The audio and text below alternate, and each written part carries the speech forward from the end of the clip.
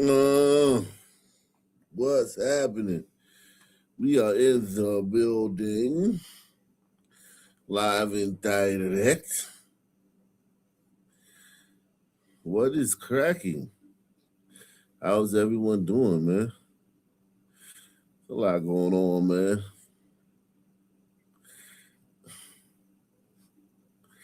A lot going on, man. There's a lot going on. I'll say that. These motherfuckers. There's a lot going on. I'll say that. I'll say that.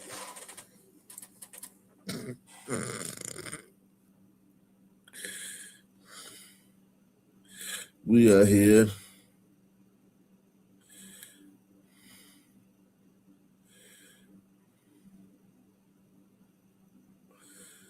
Uh. Uh. Hit that like button for me, man. Let me drop the link early, man. We're gonna drop the link early tonight, man. We're gonna drop the link early tonight. Shout out to Couchman Below, man. I got a fucking damn skunk in the neighborhood, man. This skunk, I don't know what this skunk. It literally feel like that skunk sprayed an elephant. Cause the whole neighborhood smells so bad, and it's like you can't even breathe when you go outside. It's almost like there's a fire in the neighborhood. Somebody in the neighbor's house is on fire. That's how thick the air is outside with skunk funk. First here at 5, several suspects have been arrested in Tampa in an alleged armed robbery and kidnapping. A number of them are linked to an NFL player, and 2 of those defendants appeared in court this morning for a pretrial detention hearing. Fox 13's Kylie Jones is joining us live with the details. That's crazy. They take niggas, right? Niggas be on the street, fresh, with motherfucking whatever the fuck, a Neri and all other bullshit that they like to wear, Balenciaga and all the shit.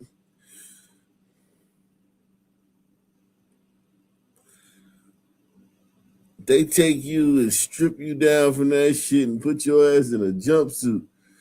That shit thin as a motherfucker too. It's cold as a bitch, and when you wearing that motherfucker thin ass orange jumpsuit, man. These niggas know they cook. He look like, damn. I'm trying to look tough, but I can't even fake it, man. I'm fucked up out here. I fucked up.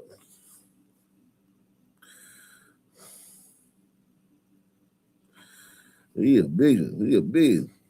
Kylie Jones is joining us live with the details. Kylie, what more can you tell us? Well, Haley, detectives say this is a tangled web that weaves back to Detroit Lions cornerback Terrion Arnold. Prosecutors said that armed robbery and kidnapping was reported just days after high-end bags, guns, a cell phone, and $100,000 in cash were stolen from a home in Largo. From stolen valuables to an alleged armed robbery and kidnapping, investigators say the web of players involved traces back to NFL star Terrion Arnold. And then these other people that we're going to talk about in terms of suspects, are they all in some way, shape, or form sort of connected to him? Yes. The investigation began earlier this month. Detectives say 3 men reported an armed robbery and kidnapping. According to court documents, the men were lured to this Tampa apartment complex by these 2 women. Now we know makeup is sorcery, because you know they didn't look like this. They had some of that makeup on. That's sorcery shit. And they look like baddies, man. These 2 joints look like baddies, man.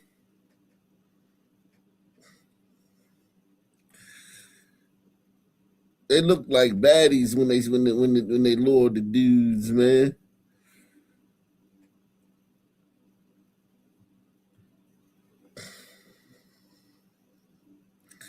They look like baddies. But this is what they look like. Jail strip you down to your essence, man. Jail strip you down to your essence. No makeup, no wigs, no lashes.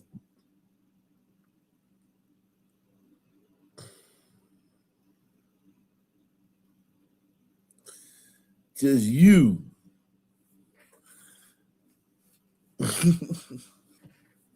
Looking like a motherfucking. Look like. Fuck, man.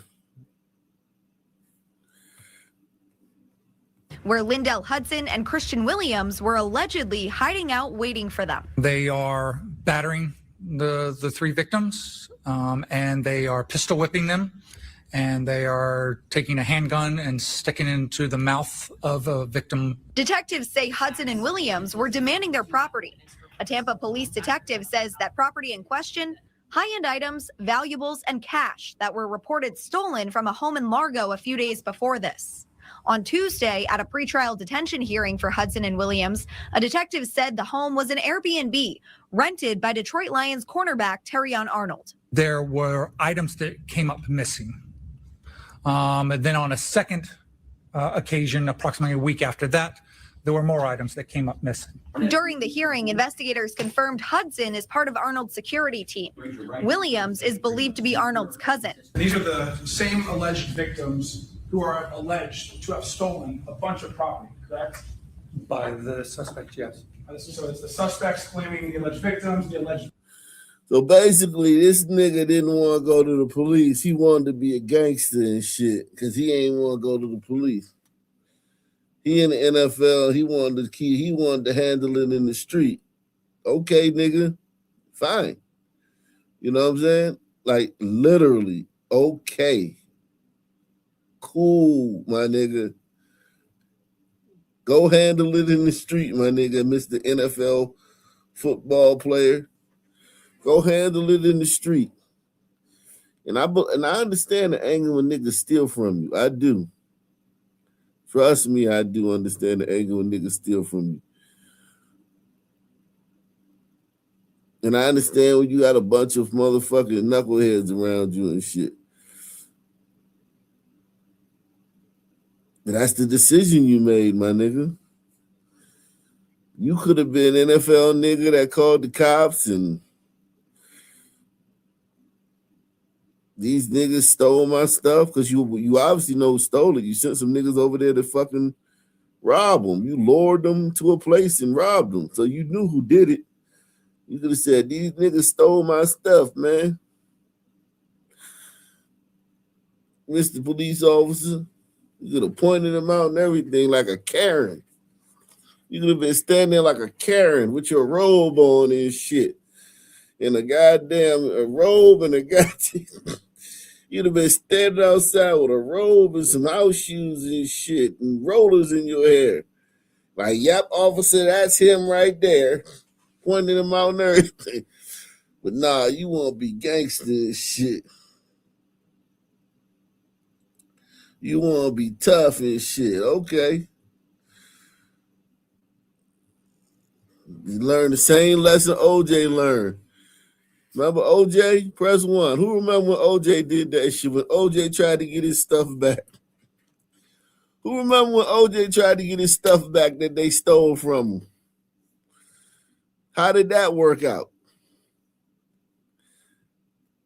I know y'all remember that. When OJ tried to get his stuff back that they stole. I think OJ did like 9 years in jail for that shit too, didn't he? OJ was gone for a minute.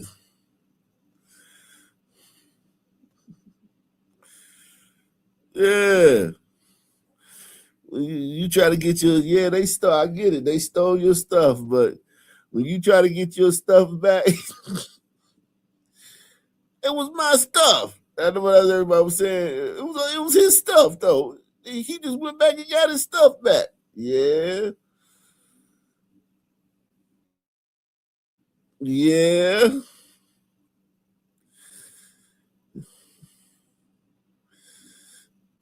said, he said, yeah, shout out to Diamond Dennis, man. He says one on the left looked like Cleo from Set It Off. Oh, even with these hoes. These hoes, where these hoes at, man? Yeah. Queen Latifah, man. That bitch look like, I don't know, that bitch, that's a rough looking bitch right there, man. God damn. That bitch look like she work at an African braid gallery and shit. That bitch is from the motherland.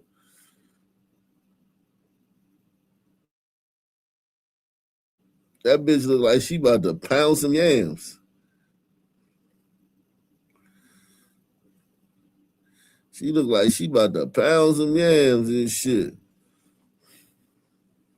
Go fetch some water down at the river and shit. That's a rough looking African bitch, man. Other one, that's a rough looking Samoan bitch. Bitch, you rough too. Don't get it twisted. You rough looking bitch too, bitch. She probably thinks she the pretty one though. She probably thinks she pretty because she like, less black looking and shit. So she probably like, yeah, I'm the cute one. Yeah, but you only the cute one because you next to this bitch.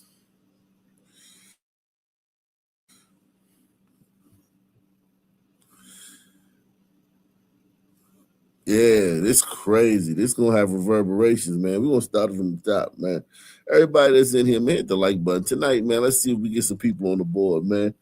Let's see if we get some people on the board supporting the channel, man. We come here every night, man. The link is in the building. The link is in the building, man. The link is in the building, man. If you want to come up, man. If you want to come up, man, hit the link, man. If you think that, fatigue, man, what kind of fatigue do you have, man? You fatigued with white people, man, and their racism, man?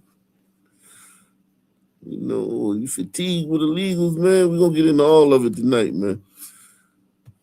Make sure you support the channel. Make sure you support your favorite channel, man. We coming in strong, man.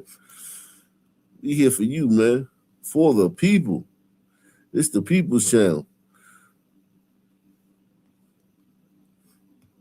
First here at 5, several suspects have been arrested in Tampa in an alleged armed robbery and kidnapping. A number of them are linked to an NFL player, and 2 of those defendants appeared in court this morning for a pretrial detention hearing.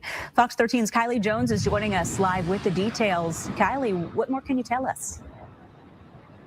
Well, Haley, detectives say this is a tangled web that weaves back to Detroit Lions cornerback Terrion Arnold.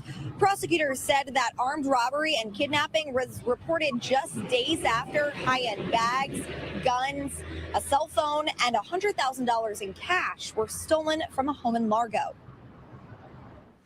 From stolen valuables to an alleged armed robbery and kidnapping, investigators say the web of players involved traces back to NFL star Terrion Arnold. And then these other people that we're going to talk about in terms of suspects, are they all in some way, shape, or form sort of connected to him? Yes. The investigation began earlier this month. Detectives say 3 men reported an armed robbery and kidnapping.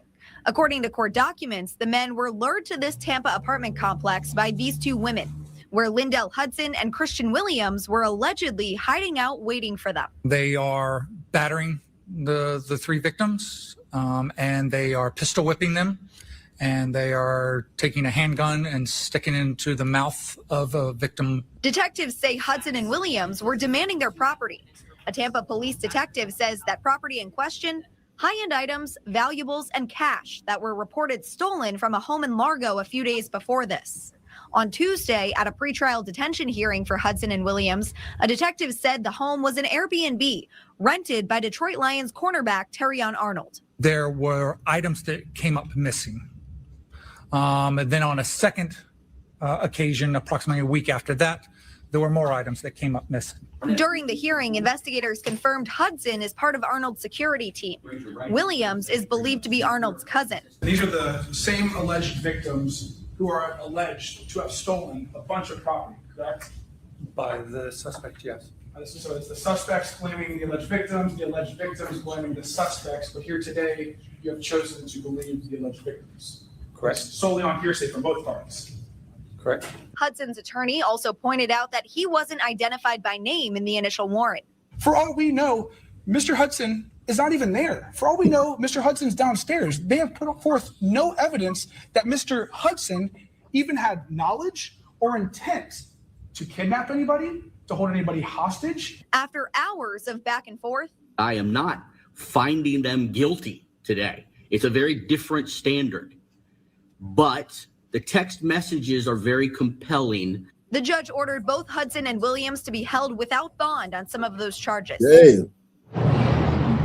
The judge also said Hudson and Williams both have no prior criminal history, and there are additional suspects also believed to be involved in this tangled case. Now, it's not clear at this point whether any arrests have been made in connection with those reported thefts or where all of those stolen items are, but we are working to get more information on that from Largo Police. Guys. All right, Kylie Jones reporting tonight. Kylie, thank you.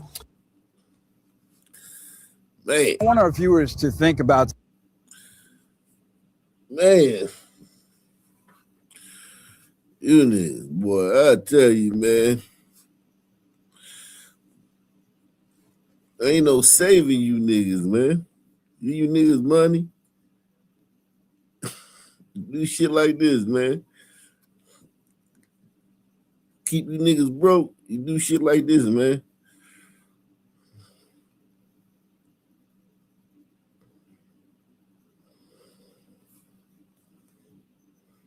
Now.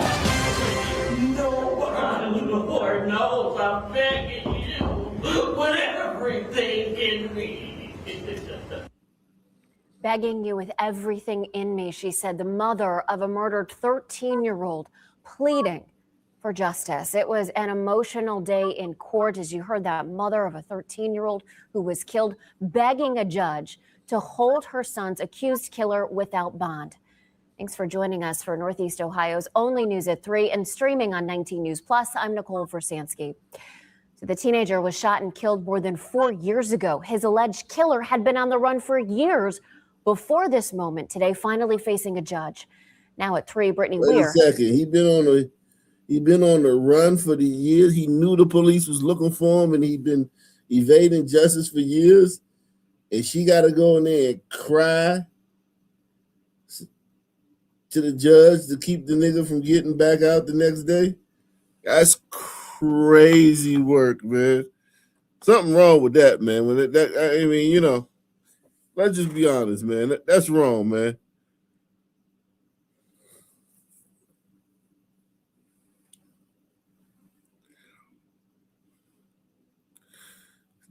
That just don't sit right, man.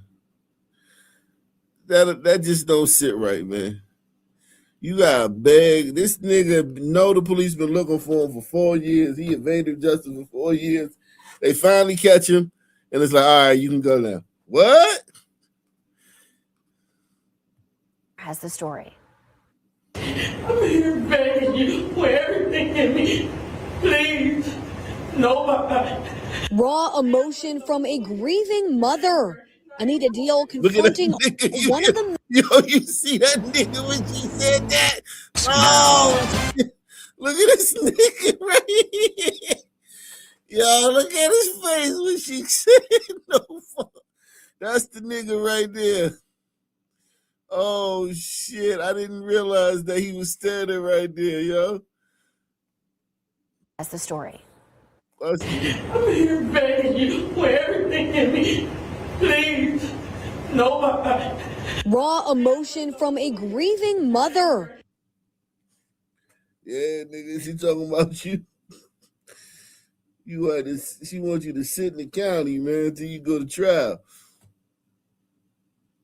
I little nigga like, shit, man, I got a drug habit. I'm on Xannies and pills and all types of shit, man. I need to get back in the street, man. I got a bad little bitch. The hood need me, man. Bitch crazy, man. Her son was out there, man. Her son was active, man. Y'all acting like I killed a civilian, man.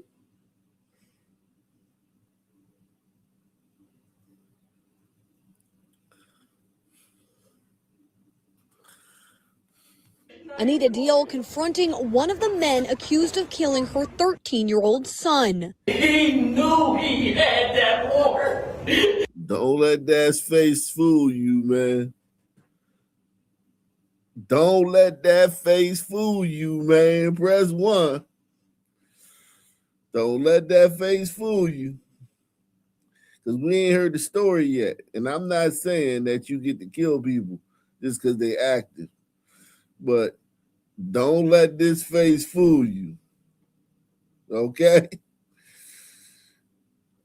Don't let that face fool you.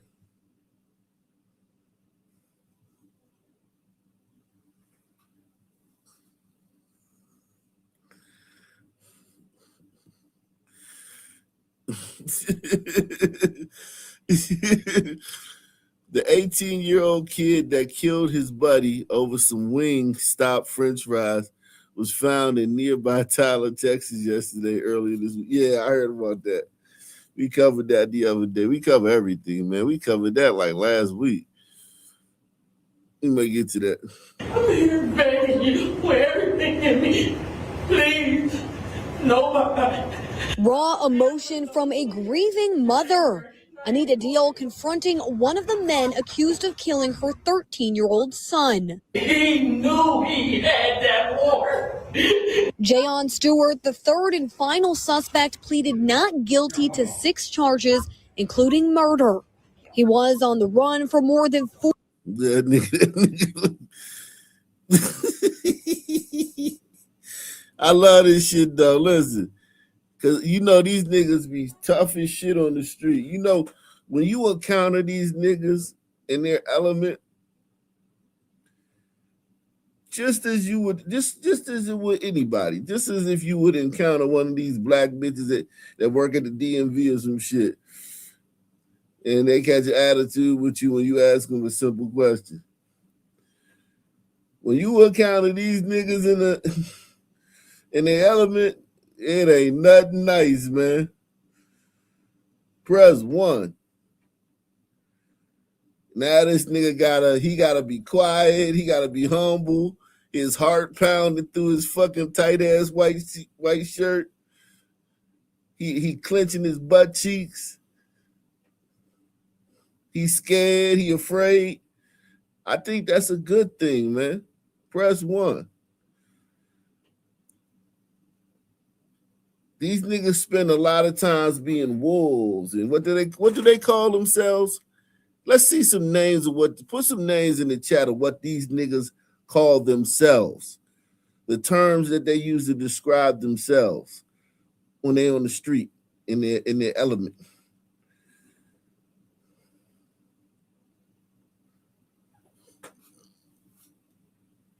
Demons, yeah. The fact that this nigga is scared is a fuck. Like, this nigga is scared as shit. You know what I mean? He's scared as fucking shit. His fear meter, you know, the video game where they got the little meter with your fear on it, your fear level on it. That nigga's fear level is on fucking, that shit is fucking. This nigga is terrified, man. This nigga scared. Just let me go, Your Honor. I promise. You'll never see me in your courtroom again. I think it's good. Let these niggas be scared sometime. That's why it's terrible that the black women and the activists and the white liberals try to save these niggas. Nah, these niggas are demons. These niggas are demons. Let them be scared sometimes. Let them feel the same thing that people feel when they fucking having a cookout or a motherfucking party and these niggas come up and just start spraying bullets everywhere and everybody running for cover and shit and motherfuckers is trampling and stepping on each other, pushing each other out the way, trying to get out the way and shit. Let them feel that sometimes. We can't say, we try to save them from that when they need to feel that, man. Let them feel that sometimes. Let them feel that fear. Let them feel that fucking uncertainty that they put on a lot of people when just being YNs and shit and demons. Don't save them from that. The white man and motherfucking criminal justice system is unfair and all that bullshit.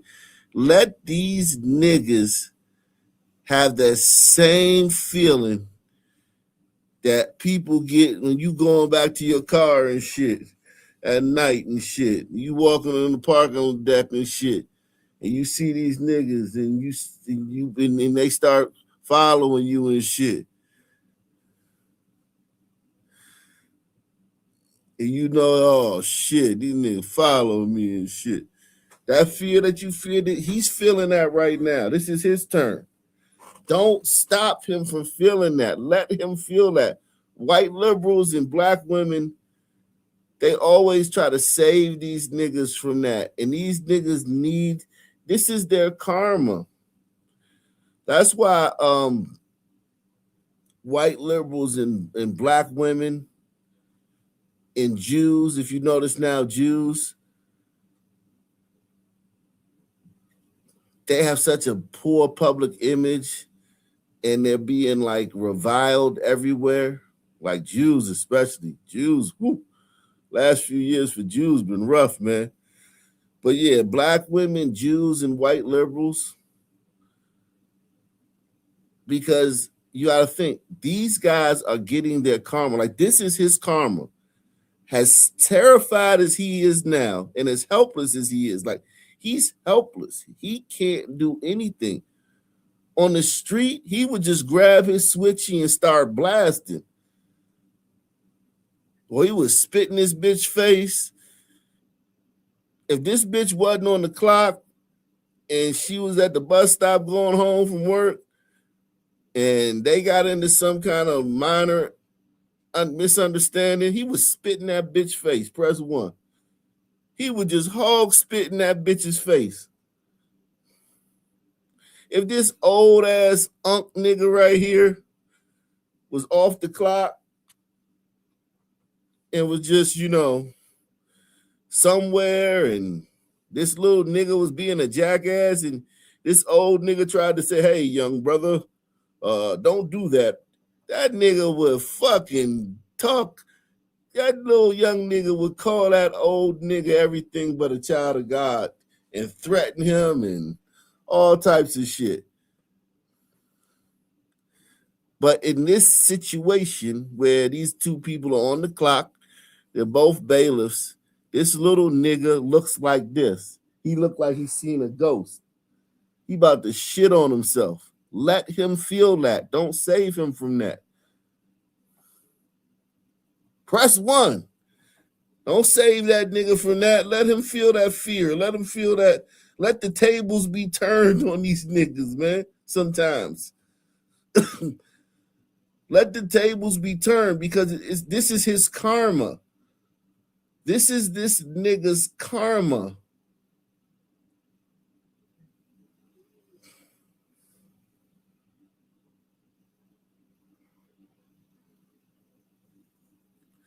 This is this nigga's karma. And when you interfere with his karma, you interfering with the universe.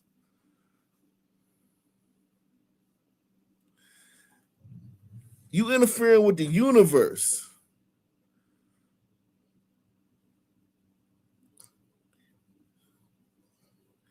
He getting his karma and you want to come in and step in and save him. Nah, nigga. This is your karma. Be scared. Be terrified. Be unsure. Be remorseful and regretful. Wish you had made a different choice. Wish you could turn back the sands of time, but can't. Run for more than 4 years before U.S. Marshals tracked him down. Marco Toller was shot and killed in broad daylight on December 11th, 2021. It happened in front of his friend's house in Euclid. He was just 13 years old, his whole life in front of him. Police say a black Ford Escape opened fire that afternoon on Zeman Avenue. Stewart was arrested in December by U.S. Marshals 4 years after the murder. He knew he was wanted. He knew it. His whole entire family knew he was wanted. He covered his face with a black mask for 4 years. When I tell you. 2 other suspects, Dwayne Jackson and Leroy Billups, were convicted in 2023. Both are now serving life in prison. Good. I mean, like, yeah, man, young brothers, man. Too many young brothers in jail. And I get it, man. These brothers, they could have been wherever the fuck you want to say they could have been. I'm here to tell you, man, it probably couldn't have been. If it ain't a football, it ain't a lot of shit that a lot of these niggas could have been, man. And less time. Now, when they come home from prison in 25 years or so, they could be something then because they're going to be old men.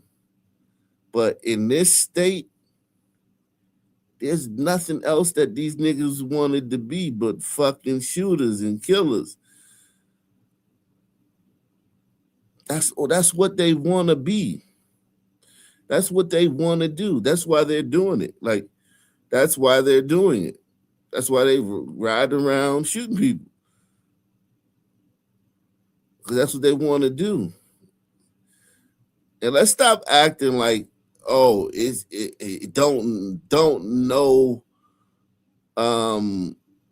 perks come with that. Being a shooter. Like, these niggas is just, like, they don't get nothing out of that. Like, they don't get no kind of, prestige and, gravitas and rank. You know what I mean? They can't hold their head up. Like, they not, like, revered and shit. These niggas get a lot out of being shooters and little fucking neighborhood terrorists. They get a lot out of that, man. It's not. Let's stop acting like, oh, they're just out here and they're victims of society and shit. No, when you know you're a little young nigga and you known for busting your motherfucking gun in your little young nigga world, you have a rank. You are fucking somebody. You have a fucking. You the cool kids. Yeah, they the cool kids. Like these two ugly motherfuckers, they get a lot of pussy because they shooters. You know what I'm saying? Like, if these two little ugly motherfuckers wasn't like banging, they was just going to school every day and with their book bag on and shit. And listening to the teacher and going to class. These two niggas wouldn't sniff no pussy. Press 1. They wouldn't sniff pussy.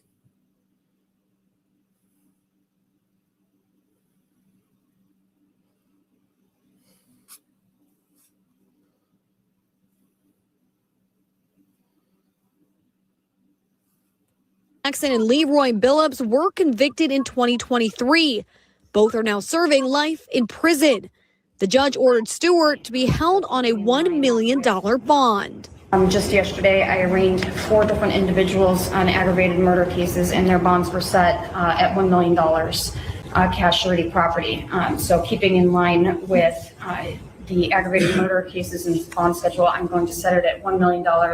For Marco's mother, the pain is still fresh as it was that fateful day in 2021. You know what? It's funny, right? Like this liberal white bitch right here, right?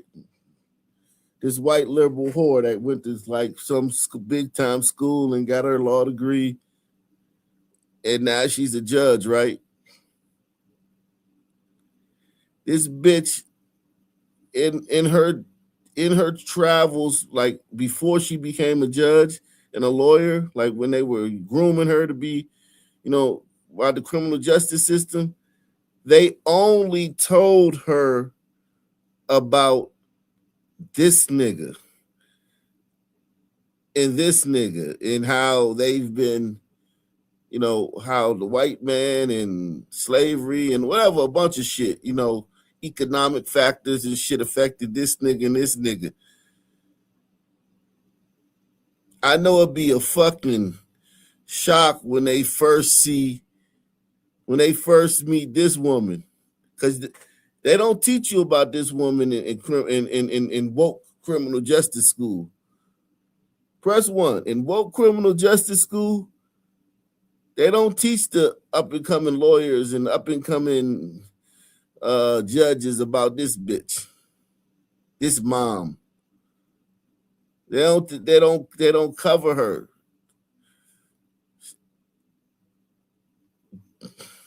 I'm here begging you with everything in me. Please, nobody. Raw emotion from a grieving mother. Anita Deal confronting one of the men accused of killing her 13-year-old son.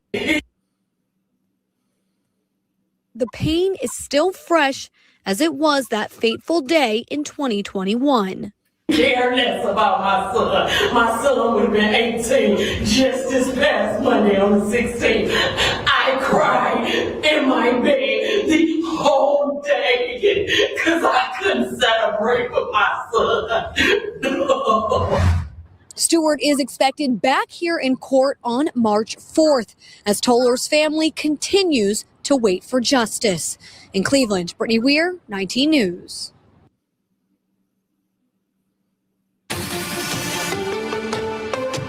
First tonight at 11 and on. We did that yesterday.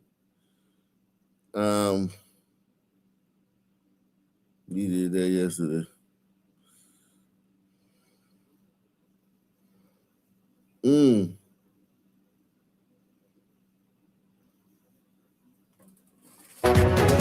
Hey, Clayton, we want to hear from you. What happened that night? How are you holding up, Clayton? That's the 11-year-old accused of shooting his adopted father, heading into court, facing the judge today. Thanks for being here at 6. I'm Joel D. Smith. You heard the voice of Lily Sexton trying to talk to Dietz on the way into the courtroom as they discussed those charges. Here's Lily right now with more of what we learned today. Lily. That's right. Today was the first time we got to hear from the lawyer representing 11-year-old Clayton Dietz. Now, they waived inside the courtroom. Dietz waived his right to this preliminary hearing as family members gathered for the child's first day in court. Yeah, salute to Diamond Dennis says, man, no joke, we got to get you a state judge. Maybe so, man. I ain't got the time for it, man. I'm doing what I'm supposed to do here, man. This is my contribution, man.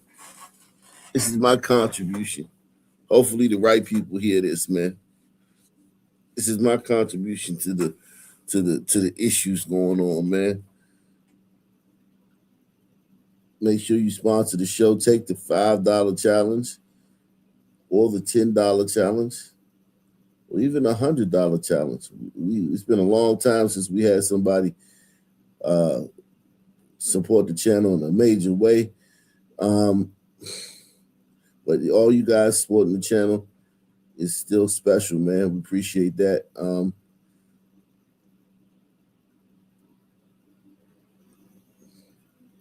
Going off, man. This little white boy right here, boy. This little white boy right here, he walk like he don't give a fuck. This little white boy, he gotta walk like fuck that shit. I did that shit, and what?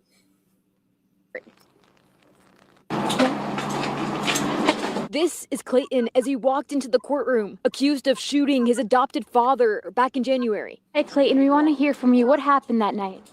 How are you holding up, Clayton? He had no comment outside. According to police, the shooting happened in the middle of the night on January 13th, on Clayton's 11th birthday.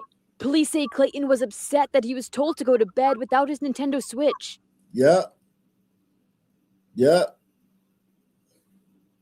Upset he was told. A little black kid killed his dad for that recently. We did the video of that one. This happens a lot, man. These little fucker kids, man.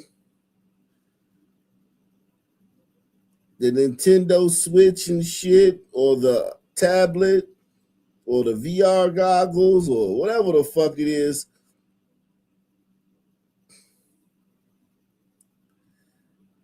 You take that shit as a punishment to try to punish them, or change their behavior. The motherfuckers killed. This happens a lot, man. And I'm not absolving this little kid of that. I think that this little fucktard should be charged as an adult. Little bitch, you knew what the fuck you did. You little bitch. You knew what the fuck you did. You know what death mean. That's why you did it. I believe these little motherfuckers know. I believe they don't understand the consequences. Like, he don't know, like, oh shit, a 20-year sentence or what a sentence mean, but he know death. He know that when somebody die, you don't see him no more. Press 1. He knows at least that. Everybody who I know that died, we never seen them again. How about that?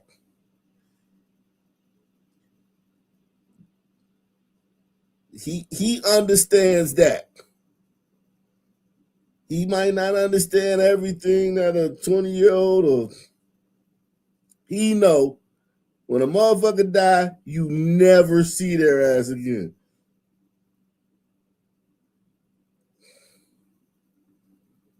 And for him to kill somebody, he knows how to kill too. He knows how to kill. He killed somebody. He knows, okay, I'm mad. I want to kill this person. And he executed that shit.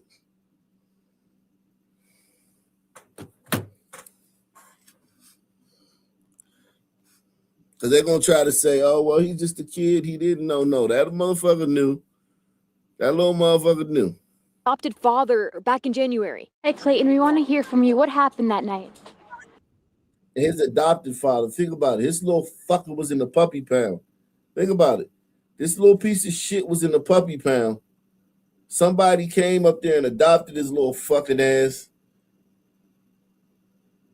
All the kids in the puppy pound was probably jealous as shit. And, oh man, you got a family. You about to get your own family. And what this fucker did, he killed the motherfucker.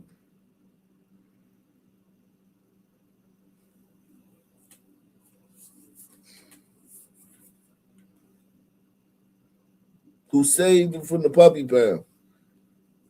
Nah, man, fuck this kid, man. Fuck this kid.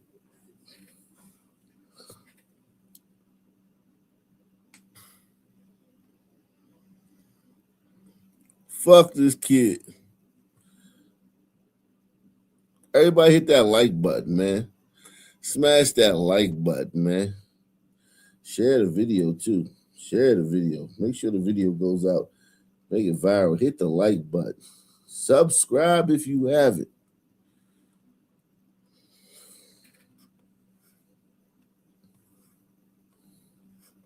Of shooting his adopted father back in January. Hey, Clayton, we want to hear from you. What happened that night? How are you holding up, Clayton? He had no comment outside. According to police, the shooting happened in the middle of the night on January 13th, on Clayton's 11th birthday. Police say Clayton was upset that he was told to go to bed without his Nintendo Switch. Now, during today's preliminary hearing, Clayton and his attorney had the opportunity to convince a judge that there was not enough evidence to bring this case to trial. They decided to waive that right.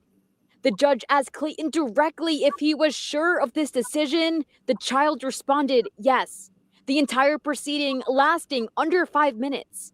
Clayton was then escorted out, handcuffs on his hands and feet, tripping over himself. He told his mother, quote, "It hurts."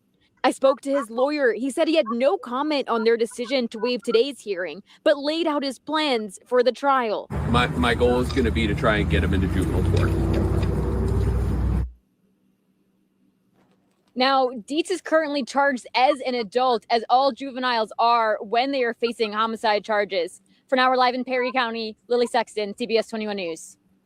Thanks for staying with us here at 5:30. I'm Joel D. Smith. Behind me, you see 11-year-old Clayton Dietz accused of shooting and killing his father in their Perry County home. He was in court for the first time today, being charged as an adult with criminal homicide after that shooting. Actually happened on his birthday, January 13th. CBS 21's Lily Sexton was outside the courthouse today, was checking things out inside as well. Saw a lot of different things. Were you trying to talk to him on the way in? I tried. This was the first time we saw or potentially could hear from Clayton Dietz. So I did approach him on his way into the courtroom. First question I asked him was, "We do want to hear from you, Clayton. So what happened on that day?" He didn't have any comment, but I also followed up with, "How are you doing?" As we know, he's been in jail. He's only 11 years old. He didn't have any comment to that either. What was his demeanor? I mean, it's an 11-year-old. He's being charged with a major crime as an adult, and he's coming into court for the first time. Right. I'm so sorry. Can you repeat the question? Just his demeanor. How did he seem to you? You're up close and right next to him. His demeanor, right. The entire courtroom is very quiet, very on edge, and so was Clayton. He was in the front of the courtroom with his mother. He only said a few words today. He entered the judge twice, and then the one thing I heard him say outside of that interaction with the judge was he said to his mom, "It hurts," while referencing the shackles on his. He had handcuffs on. He had cuffs on his feet as well. So he was very timid, very, very scared to be in this courtroom. That's how I read his interactions, at least. And I would say that was kind of the how everyone in that courtroom was feeling, all of the family members that I was surrounded by. He's very young, but the rules in Pennsylvania are very clear. If you're over 10 years old and you are accused of killing someone, you are charged as an adult. That's the way it works. But let's talk about what happened in the courtroom today. What was the process in there? The hearing itself was very fast. It was under 5 minutes because they waived their right to this preliminary hearing. So outside of the courtroom, I was able to speak to the lawyer, and he kind of laid out his plans for me very quickly about what he wants to do for this trial and his reasoning for waiving this hearing. And he said that he wants to try to get Clayton to be charged as a juvenile. So that process would be kind of unprecedented because, as you said, here in Pennsylvania, if you're charged with homicide, you're charged as an adult. So we have to see how this plays out. It's very difficult to get it kicked back down to the juvenile level. But let's talk about his motivation that we've learned through court documents, the reason he says he ended up killing his stepfather that night. What we've learned from court documents? His reasoning for why he shot his father.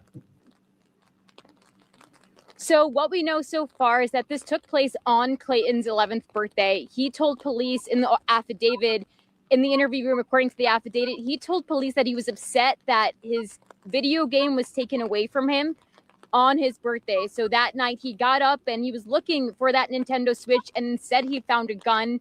And according to police, that's when he shot his father while he was sleeping. According to police in that interview room, they asked him what he thought would happen when he shot his father. And he said that he hadn't thought that far. Right. So I don't think this, according to this affidavit, it wasn't a thought out plan. It was something that happened in the moment. Yeah, when he was looking for it, he ended up finding the keys instead to the gun safe. And then we know what happened after that, according to police. All right, Lily Sexton, thanks again for giving us a feel of what that courtroom was like today.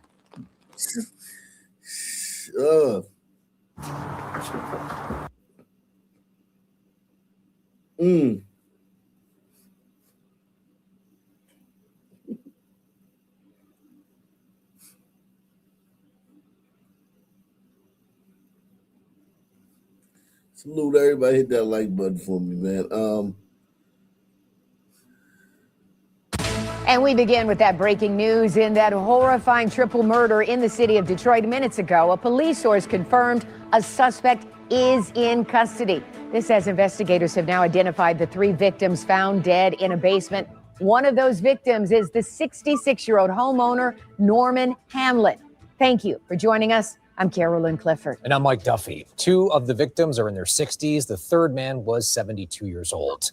Police say the 3 men were killed by blunt force trauma, calling it a brutal and horrific scene on Edsel Street, just off of Fort Street near Outer Drive in southwest Detroit. 7 News Detroit reporter Darren Cunningham joining us live now from Detroit Police Headquarters with that breaking update just coming in. Darren, this is simply horrific.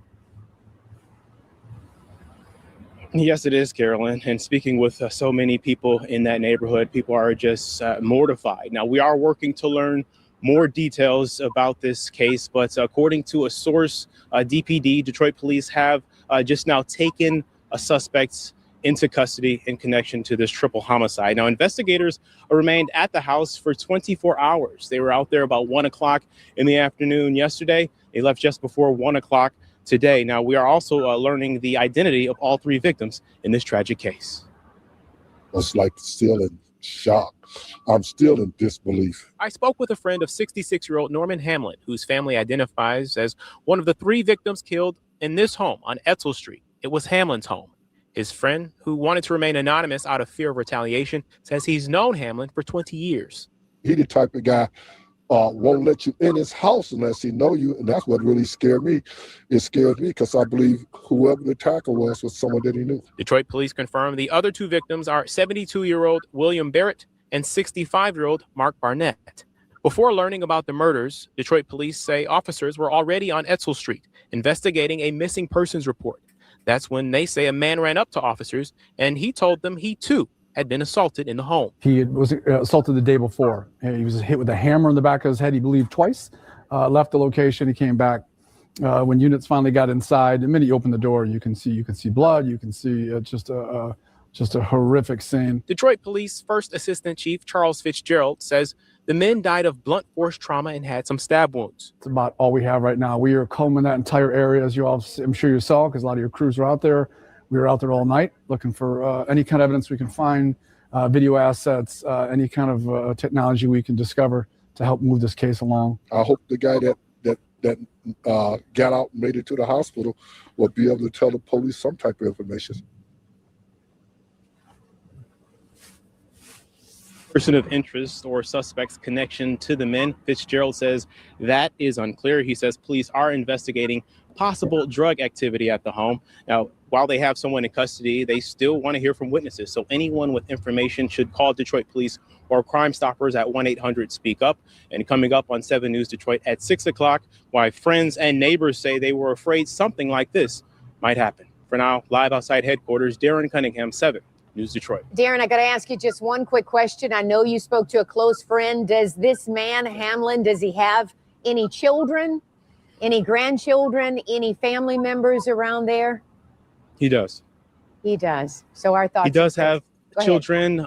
He has, yes, and he has a brother. He has siblings. There was family that showed up at the home. At this time, they were not ready to speak with us, but that's how I initially received confirmation that he was indeed one of the 3 men in that basement. Certainly a sad situation all the way around. Thank you so much, Darren, for the live report. That's crazy. Triple homicide of some old niggas, man.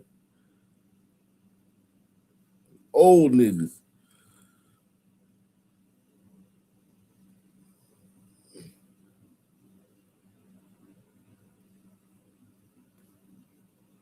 Ain't that a bitch?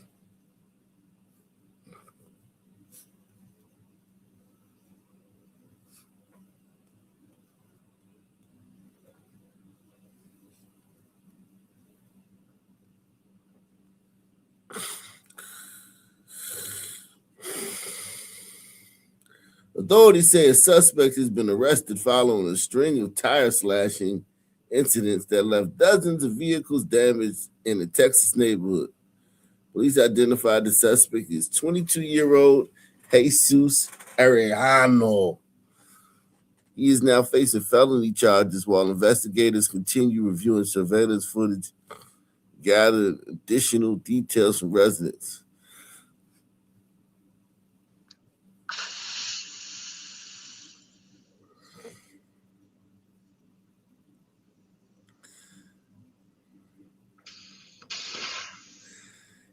He doing this shit in broad daylight. This is usually something that is done at night. He just going around. This dude is a demon, man.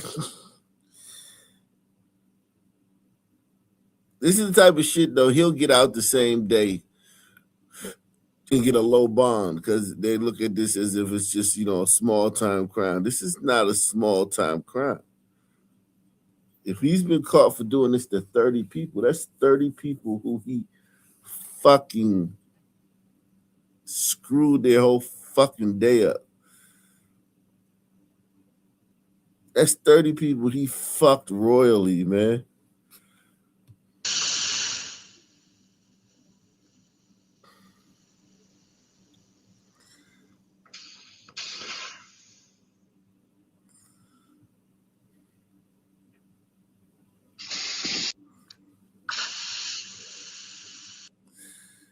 Yo,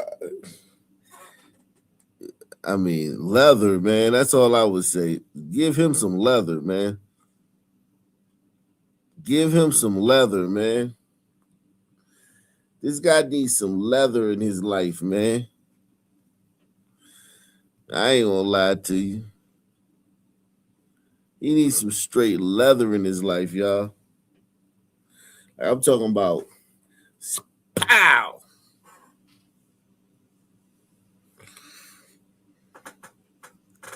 For each one, give him 10 lashes for each one. I know you're like, damn, that's like 300 lashes. Yeah, he don't have to get them all in one day. I'm not saying kill him, but get his lashes in a payment plan. Like, I'd fuck his world up. I'd be like, you got 300 lashes, and they gotta be done by the end of March. And you gotta have at least, you gotta do at least 50 a week. You gotta do at least 50 a week. And each day you come in, you can't do under 10. 10 is the limit. You gotta do at least 10. Every time you come in for your lashes, you gotta do at least 10. But you gotta do 50 a week over the next 6 weeks. I'd have that nigga hating life. That nigga be like, damn, I got 50 lashes this week. I'm gonna divide them shits up.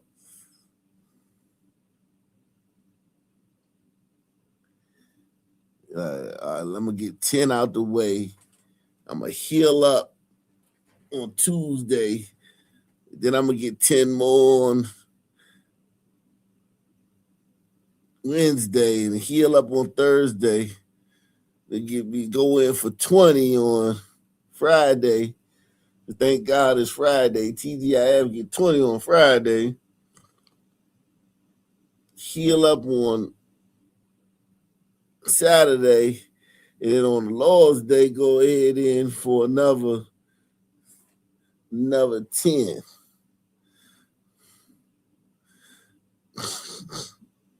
You put motherfuckers, you'll stop a lot of crime if you give motherfuckers those type of options. Press 1. If you put those, if that's your life, and for being a criminal, crime would go down instantly.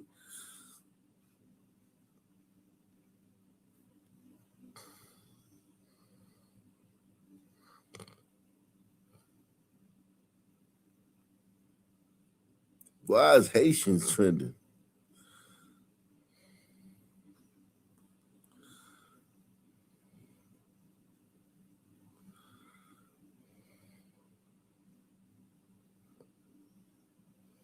Okay.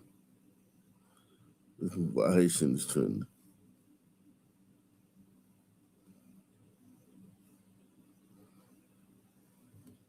I'm Haitian.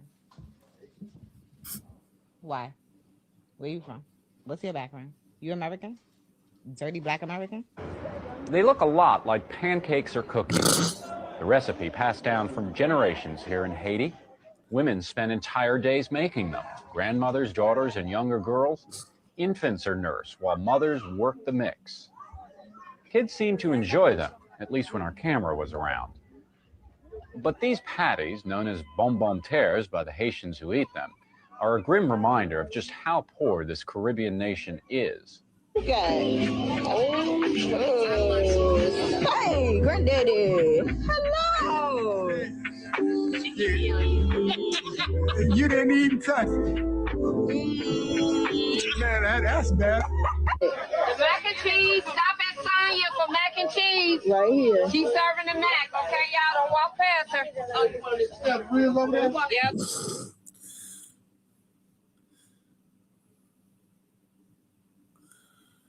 This one Haitian woman, she done started a whole bunch of shit, man.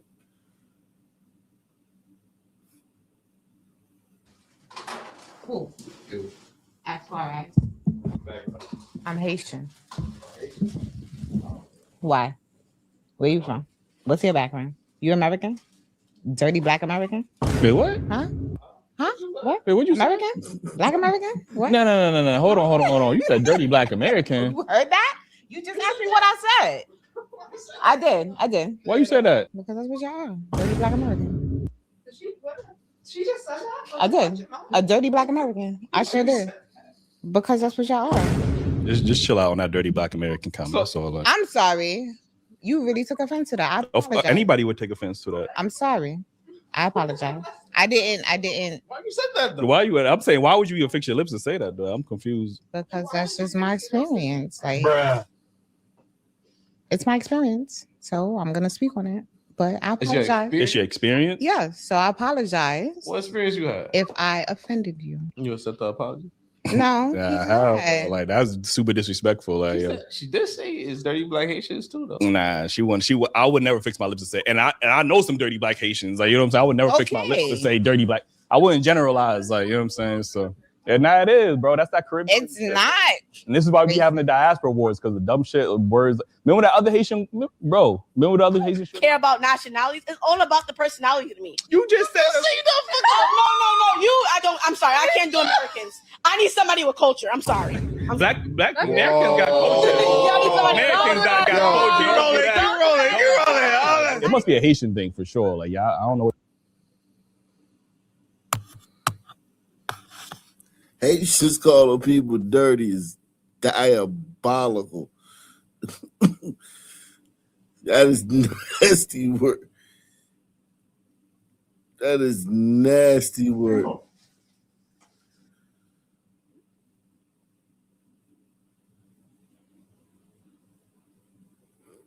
People calling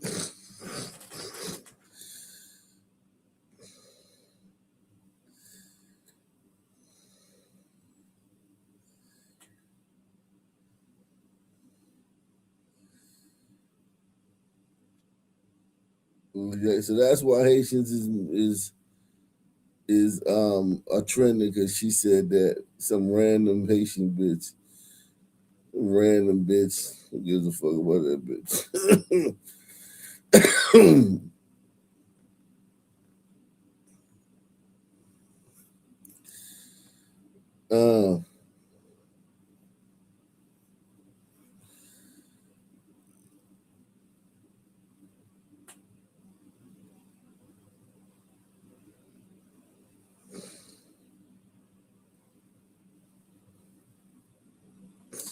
Jesus Christ.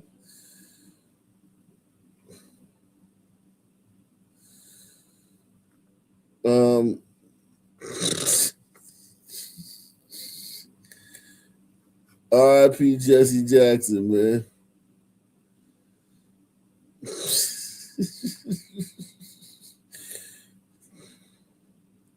Niggas just come up with their own stories. They try to say Jesse Jackson has something to do with Martin Luther King Jr.'s death.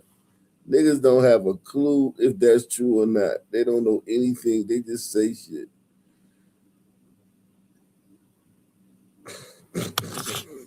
You don't know that. Niggas just be saying anything, man.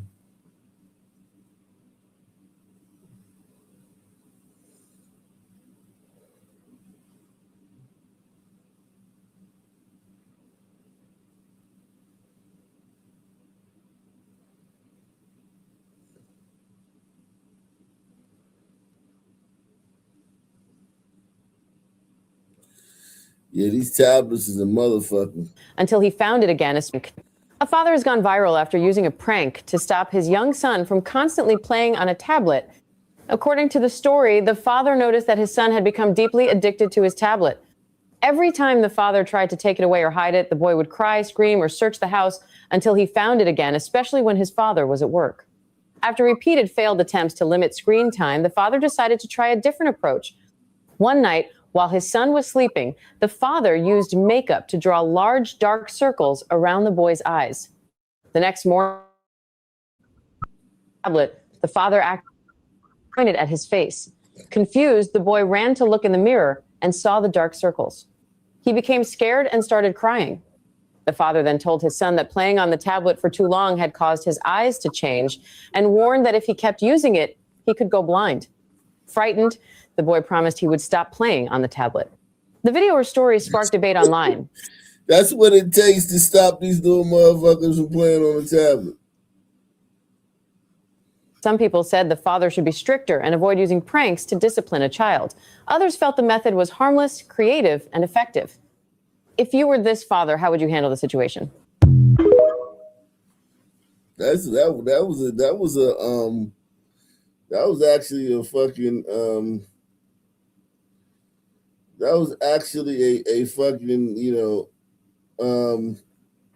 creative way, man. Shout out to that dad, man.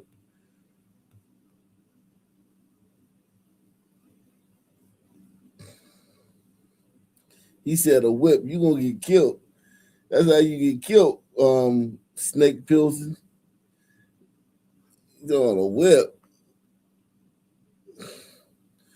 Did you see the other dad? He's got his fucking head knocked off.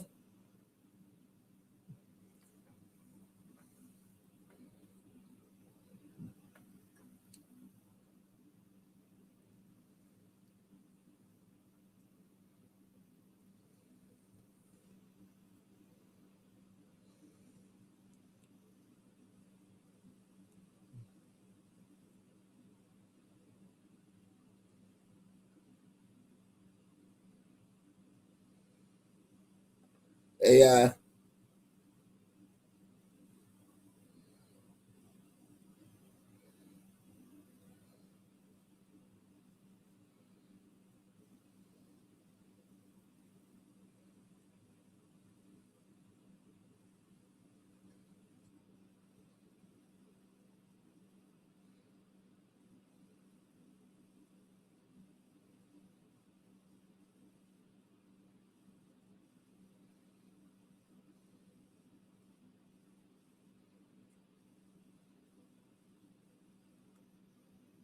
Oh, this is sugar? Is this how they process sugar?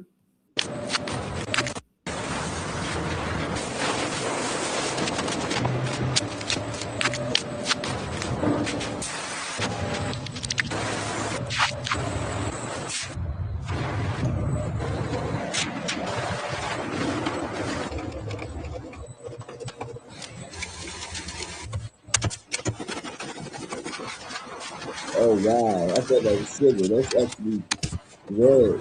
Man.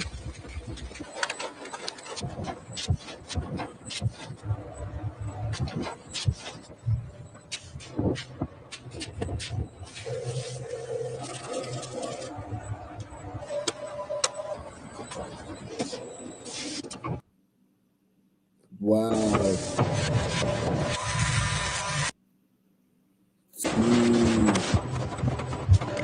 Jeans. That's how they make jeans? Holy shit. That's how they make jeans out of fucking That's crazy.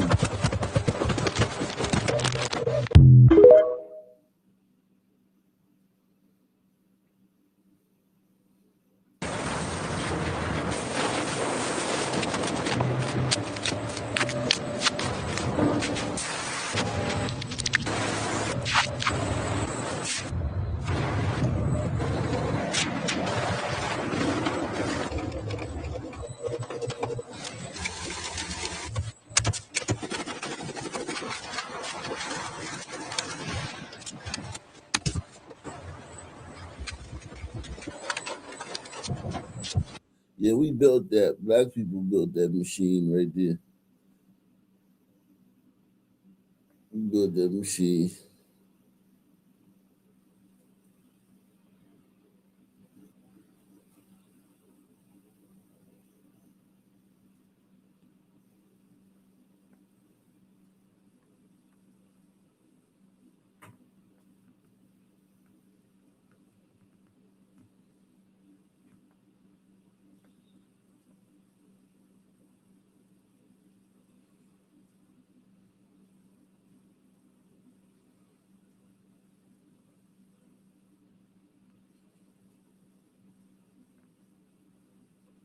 All right, let's go back to the other app, man. Whew. Salute to everybody out there, man. We are in the building, man, live and direct, man. Well, no, I think I gotta go to this other one.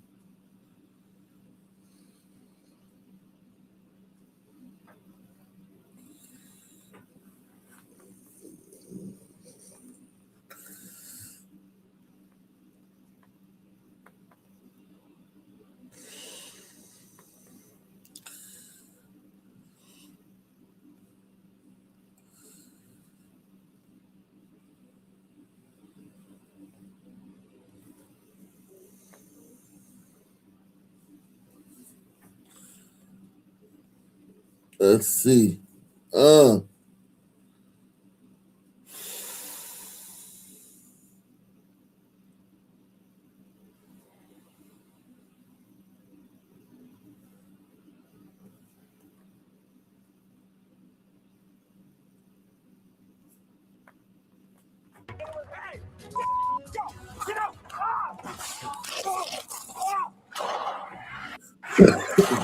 There's 7 shots fired! Shots fired! Get the ah! 3 teenagers are arrested and charged with running over a Baltimore police officer in a stolen car. It's chaotic, as you can see right here in this video. In fact, authorities say 2 of them were already on ankle monitors at the time of the crime when they were taken back into custody. The 3rd teen was released on an ankle monitor. Why hadn't the court been notified, and why hadn't the court taken action? Good evening, I'm Kai Jackson. And I'm Maxine Stryker. Police released body camera video of the incident today. It's leading to questions about how well the Department of Juvenile Services is keeping track of the young people in its care. Fox 45's Keith Daniels joins us right now live with a closer look at the video and the new questions being raised tonight about how this all happened. Keith.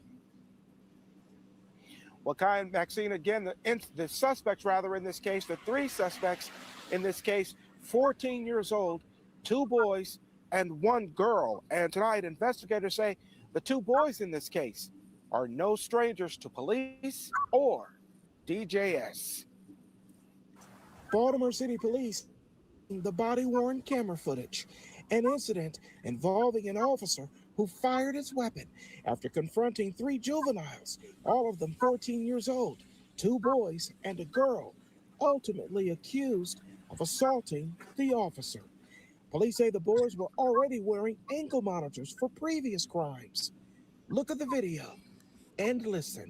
Hey! Go! Get out!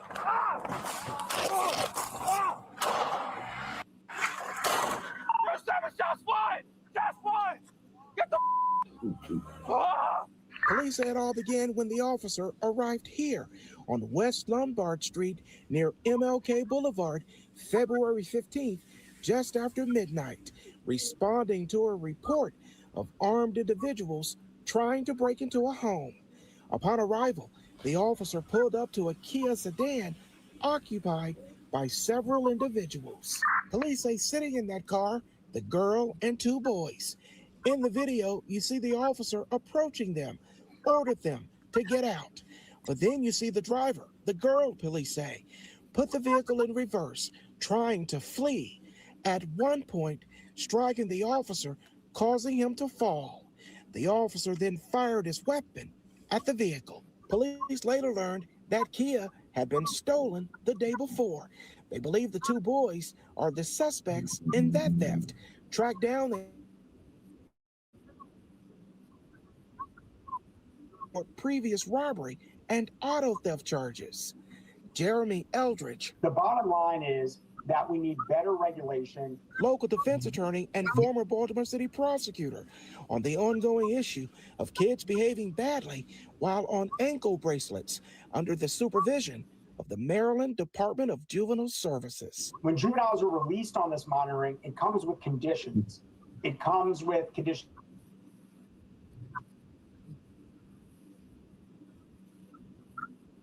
Were not violating, and if they had violated, why hadn't the court been notified, and why hadn't the court taken action? We reached out to DJS, pressed them for answers to our questions, including how did this incident happen with 2 of the juvenile suspects already on ankle monitors? Who was monitoring them, and why were they not under better tracking supervision?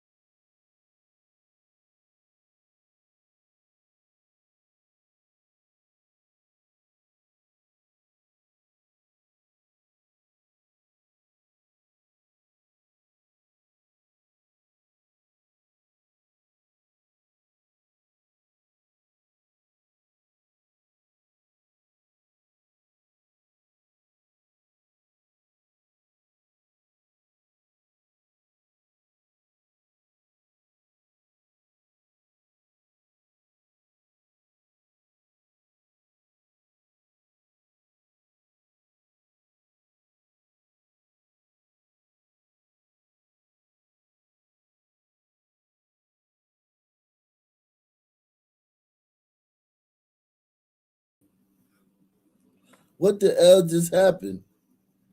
What happened? Was I not on the screen? Was I not on the screen that I was I wasn't on the screen. I played the whole video and wasn't on the damn screen.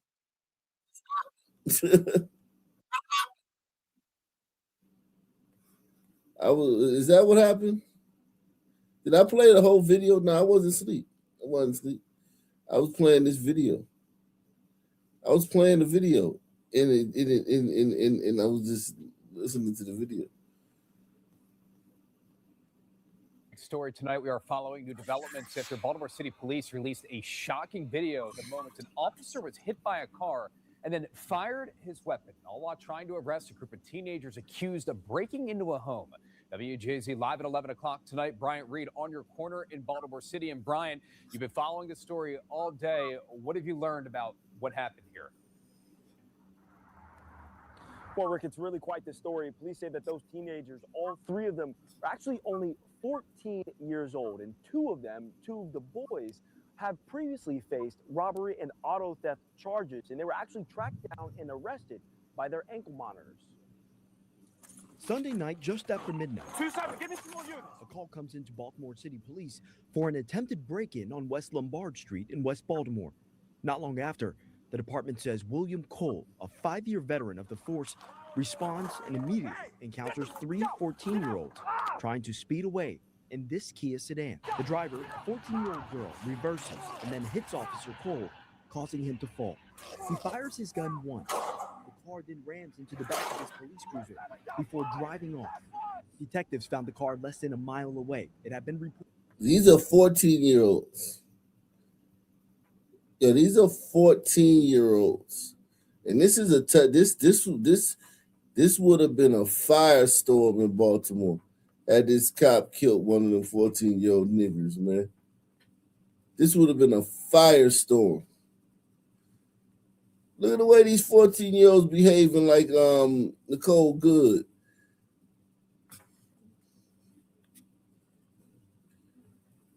Ain't that a bitch? 14-year-olds acting like Nicole Good. A 5-year veteran of the force responds and immediately encounters 3 14-year-olds trying to speed away in this Kia sedan. The driver, a 14-year-old girl, reverses and then hits Officer Cole, causing him to fall. He fires his gun once. The car then rams into the back of his police cruiser before driving off. Detectives found the car less than a mile away. It had been reported stolen just one day before. While on scene, the officer encounters a man who stumbles into the street towards him, appearing to be injured, before he collapses to the ground. Police say he had been assaulted. Neighbors in the area say they're used to hearing sirens, but not the startling noises of collisions and gunshots they experienced over the weekend. Now, all 3 teens have since been caught and arrested. They are facing assault as well as auto-related charges. The 2 boys are in juvenile detention. The girl has been released. She is on an ankle monitor. Now, we did find out from police that they believe that she was actually grazed on the wrist by that stray bullet that the officer fired into that vehicle. She is doing okay. See, I'm looking at the inside of my eyes. Their mom, that the girl's mom. You know I got Chinese eyes, man. Y'all know I got Chinese eyes, man. Y'all know I got Chinese eyes. He said, salute to Damon Dennis. He says one on the left looks like hold on, tell me. My bad. Salute to Blake Baker Fresh says I can win a debate in his sleep. I wasn't asleep, man. I'm telling you, man. I wasn't asleep. Yo, what the fuck?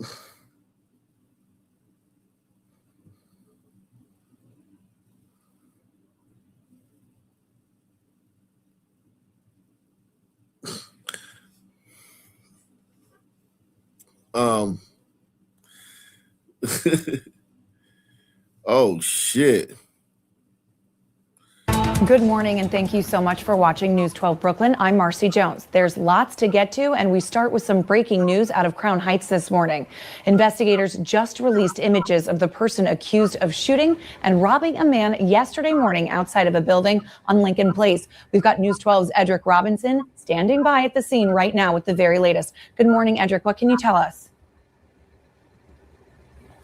Yeah, Marcy, police tell us this all started with a simple argument and ended with a man shot here and his phone taken. Right now, investigators, they want you to take a good look at this surveillance video showing the person they're now looking for. You can see the person's face very clear in this surveillance as they walk into a bodega there. Police say this happened Tuesday morning just before 11. A 30-year-old man was standing here on Lincoln Place just off of Schenectady Avenue when police say the person walked up and started a heated back and forth.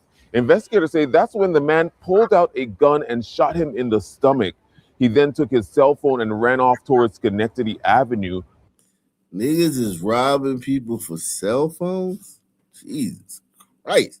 Paramedics, they got here quickly and rushed the victim to Kings County Hospital. He's expected to be okay. Now, some neighbors here say the violence here is frustrating and scary. Take a listen. You can't hardly just walk out your house, you know what I'm saying, without getting robbed. Jesus Christ. Fucking A, man.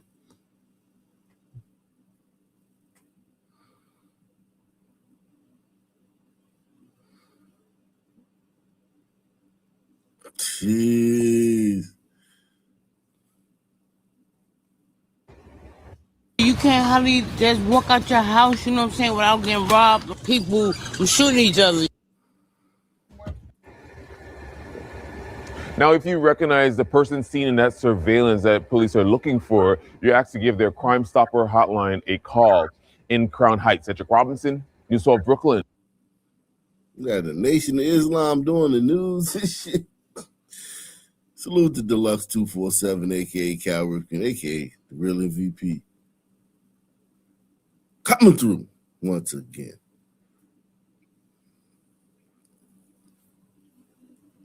His brother look like that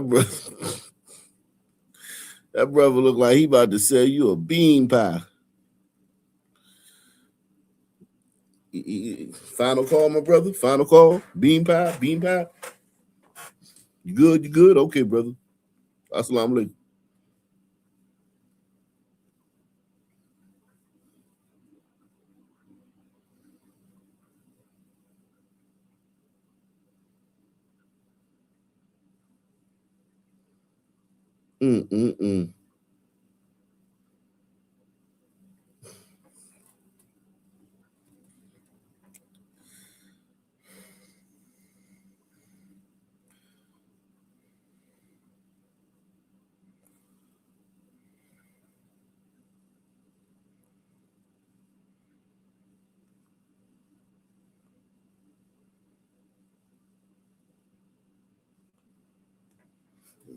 Cordova mother's grief and frustration as she waits for her son's killer to be brought to justice. The young man was just 19 when he was found shot to death on a South Memphis street April 1st of 2024. Since then, his mother, Deborah Golden, has prayed for an arrest and closure. WREG's Mike Sirianni is live tonight, not far from where the young man was found. Mike, I understand you spoke with the victim's mother today. Hey, good afternoon, Stephanie and Greg. Yeah, Deborah Golden told me she's walked the area of Pillow Street and Kerr Avenue several times since the death of her son, Malik Cade. She's been talking to people, hoping she might find someone with some information on who killed her son. But now, after nearly 2 years, she's had no luck. The nigga who killed her son might be dead, or he might be in jail. And then when her son got killed, there was so many murders. Police can't keep up with all these damn murders. Homicide detectives can't work lead, and niggas don't cooperate. This woman is chasing a dream, man. She's chasing her tail. But it probably keeps her sane. This probably keeps her from wallowing in misery. Because it keeps her busy, gives her something to do. On April the 1st of 2024, I received a phone call that changed my life forever. That call brought the horrible news. 19-year-old Malik Cade, Deborah Golden's son, was found shot to death on Pillow Street near Kerr Avenue. He was murdered 5 days before his birthday, and it was just devastating. I couldn't believe it. I really didn't understand because I had just got off the phone with my son. It wasn't even 30 minutes, and now almost 30 minutes later, he's dead. Golden says her son didn't have enemies she knows of, and she doesn't know why he was at the location where he was found dead. He doesn't have enemies she knows of. That's not a reliable source, man. Your mom.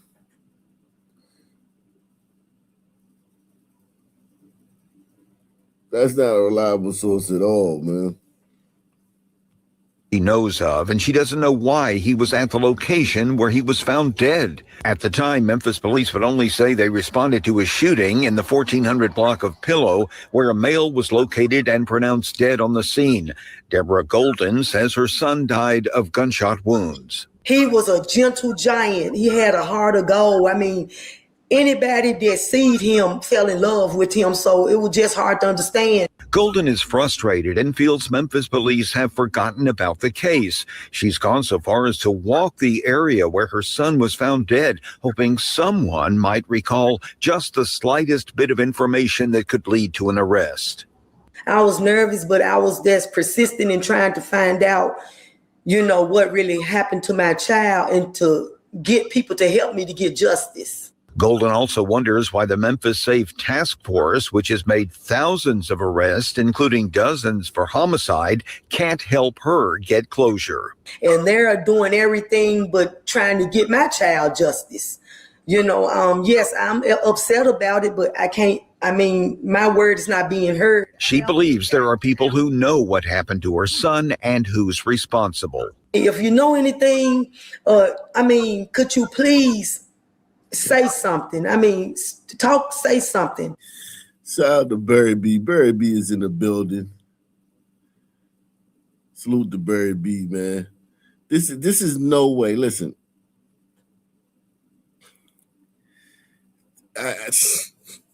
This woman is crazy. This woman belongs in a nut house doing this shit, man. Ain't no fucking way that's gonna work. Get some nigga in Memphis to come forward.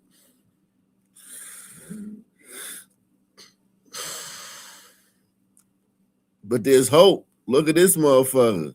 Look at this. There's hope. Is News Channel 3 at 6. New tonight, a man incarcerated for a crime the district attorney's office acknowledges he did not commit is now closer to possibly being released. Good evening and thank you for joining us. I'm Greg Hurst. Hello, I'm Stephanie Skurlock. The Shelby County DA's office says Andrew Hayes was wrongfully convicted of murder more than 16 years ago. This weekend, a woman they believe was actually part of that crime was extradited back to Memphis. Here's WREG's Shay Arthur with the latest. A murder going back to 2007. Shelby County District Attorney Steve Mulroy says Danny Harris was beaten to death, his decomposing body found months later. In 2010, Andrew Hayes was convicted of the crime. But just last month, the DA's office says he never should have been in prison in the first place. We believe that conviction should be vacated. Mulroy says new evidence in the case was exposed, leading to an investigation by his office's Justice Review Unit with the Tennessee Innocence Project. Along with Hayes, a woman named Tammy Vance also pleaded guilty in the case and was sentenced to life. This weekend on Valentine's Day, jail records show a new suspect has been booked in Harris's death. Sarah Lucas, brought to Memphis from Oklahoma. Mulroy says she is Vance's daughter and helped to facilitate the murder. But tonight, we've learned she has no mugshot as she is hospitalized, a spokesperson telling us she has pre-existing health issues.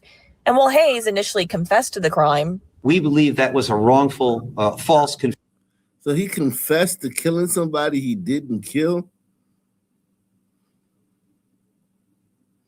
And we know it ain't like, they try to make it seem like the police just beat your ass and string you up and torture you. Nah, ain't none of that shit. None of that shit happens, man.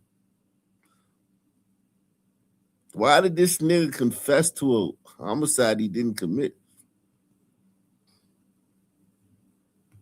health issues. And while Hayes initially confessed to the crime, we believe that was a wrongful, false confession. It was the product of a 27-hour interrogation of a person who was intellectually disabled, whose IQ. Okay. Of a person who was intellectually disabled, whose IQ was below 70. Today, the executive director of the Tennessee Innocence. A lot of niggas need to start using that excuse. Press one. I might even use that shit. Hey, yeah, man, I'm black, man. My IQ below 80, man.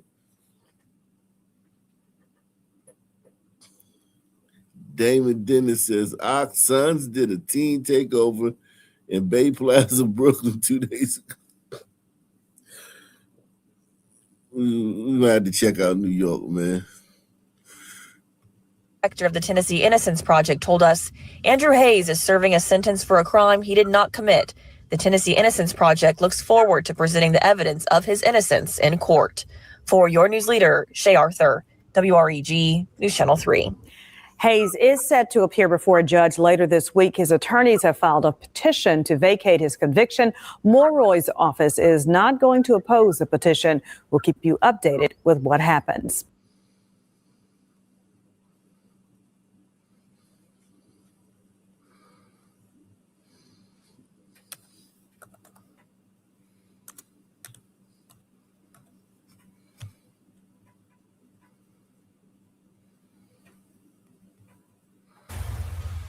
This is the post we saw about a potential teen takeover happening here. It says McDonald's takeover Tuesday starts at 3 p.m., ends until we get kicked out. Now, this did not end up happening, but there was a large police presence on scene in the case it did, a sign that law enforcement is ready to respond to these incidents. A trail of terror Monday in the form of teens. A crowd of them seen rushing the streets around Bay Plaza Mall, ending with people in handcuffs and smashed windows. Do you know why people are doing this? Because they just bored, like they don't got nothing to do, and they just want to have some fun, I guess, on a break. It's school out right now for the whole week. So Mount Vernon student Zion Watkins has seen the posts online promoting even more teen takeovers at businesses and public spaces around the area. Target over here, Cross County. I think these kids need to get their butt whipped. These parents need to step up and pay more attention to the kids and whip their butt. Parent Bianca Natal spent some of her afternoon at the salon next to the McDonald's on Gramerton Avenue in Mount Vernon, All these businesses are shutting down. It's so early in the day. where police were on patrol after a post advertising a 3 p.m. takeover. I mean, that's the worst thing. They're ruining the own neighborhoods they live in. I feel like teenagers want to have a voice and do their own stuff, but it isn't right to have your own voice like this. In addition to Mount Vernon, several police departments say they're also monitoring social media posts. New Rochelle warning that any activity that jeopardizes residents, businesses, or visitors will be swiftly addressed to the fullest extent of the law. And Yonkers police highlighting their significant personnel, specialized units, and regional partnerships ready to deploy at a moment's notice. To be caught in that place where you didn't expect anything to happen, I feel like that's really scary. A police presence also on display Tuesday outside Cross County Center. Another takeover site circulating online. My message is stop it. Go home, entertain yourself, read a book, stay home. And the message from police, parents should talk to their kids to make sure they are not participating in these takeovers that can put themselves or others at risk. And neighbors should stay vigilant and report any. Put themselves at risk for what? Now I'm got in trouble. I don't understand, like, what risk? Police swarm a Long Island mall after yet another so-called takeover by a large. So this is a different one. These kids up in New York, listen.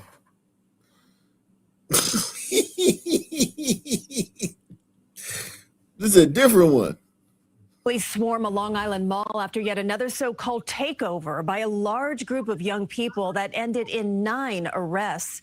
This is at least the second planned takeover at malls in our area this week.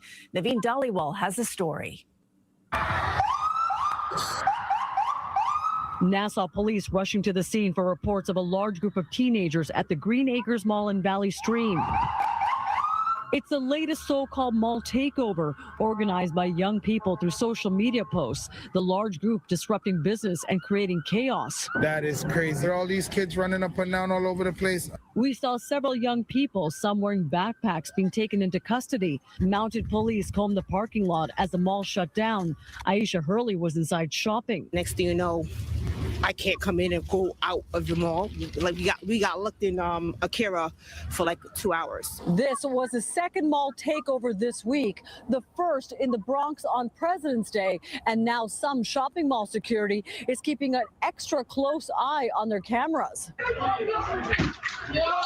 Teens smashed glass at a deli on Baychester Avenue in Baychester. Police say it was one of the chaotic moments that erupted in and around Bay Plaza Mall Monday afternoon. They tried to break in. We closed the door and we tried to avoid that and we tried to call 911. Police say they believe the same large group of teenagers broke a window at a McDonald's across the street. In total, 18 people were arrested. On Tuesday, social media rumors prompted a heightened Yonkers police presence at the Cross County Mall, just north at Ridge Hill. Police may not be immediately present, but the cameras are watching, and some say this behavior begins at home. Parents need to really start taking more steps to know what their kids are up to. It's very a shame because back in my days, we never did this kind of stuff. It's the type of discipline and the respect people have now is really absurd. Naveen Dhaliwal, CBS News, New York.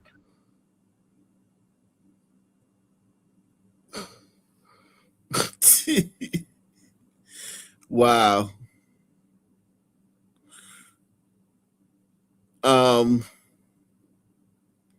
Yeah. It's going crazy in New York, man.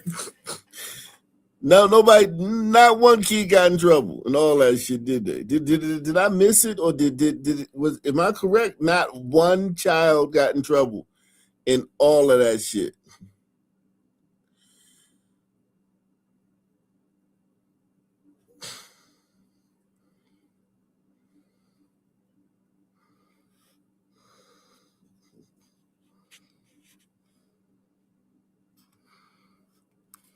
Atlanta police are searching for the gunman who shot 4 people in a luxury Midtown apartment building. The 4 men are being treated at Grady while investigators work to figure out who pulled the trigger just before midnight in the heart of Midtown.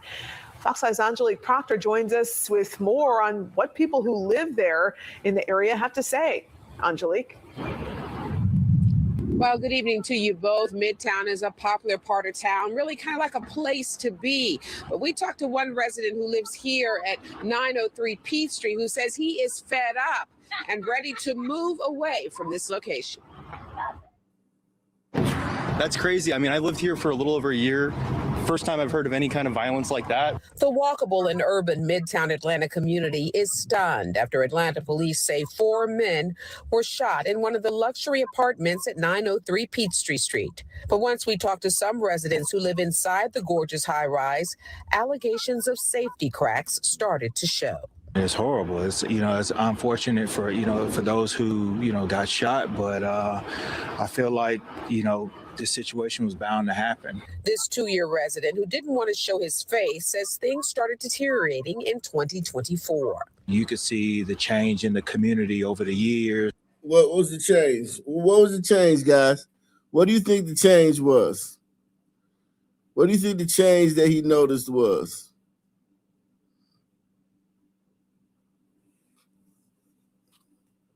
I'll go ahead and tell you. More niggas. More niggas. More niggas.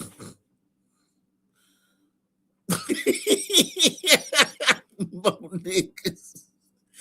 More niggas. We try to be all vague and shit, nigga. Don't be vague, nigga. Go ahead and spit it out.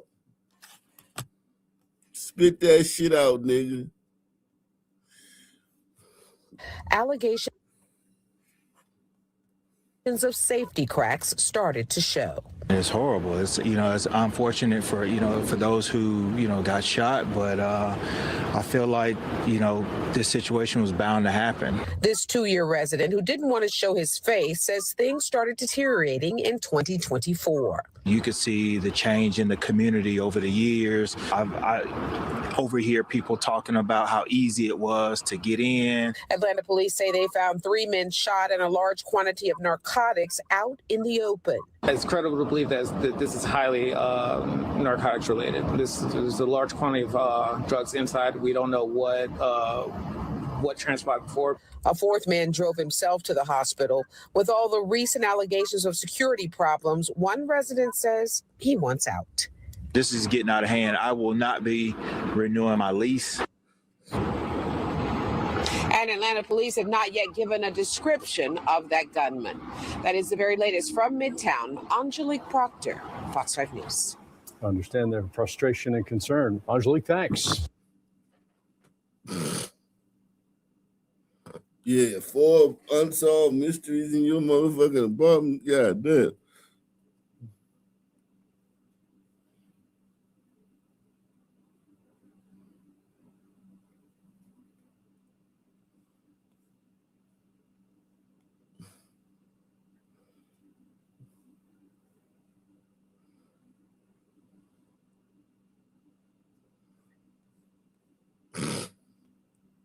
A shocking murder investigation unfolding in Ventura County tonight involving a Camarillo plumber who detectives say poisoned an elderly customer to steal his money. The plumber. All right, man. You niggas need to stop this shit, man. Come on, niggas, man. Come on, niggas. We doing too much out here, man.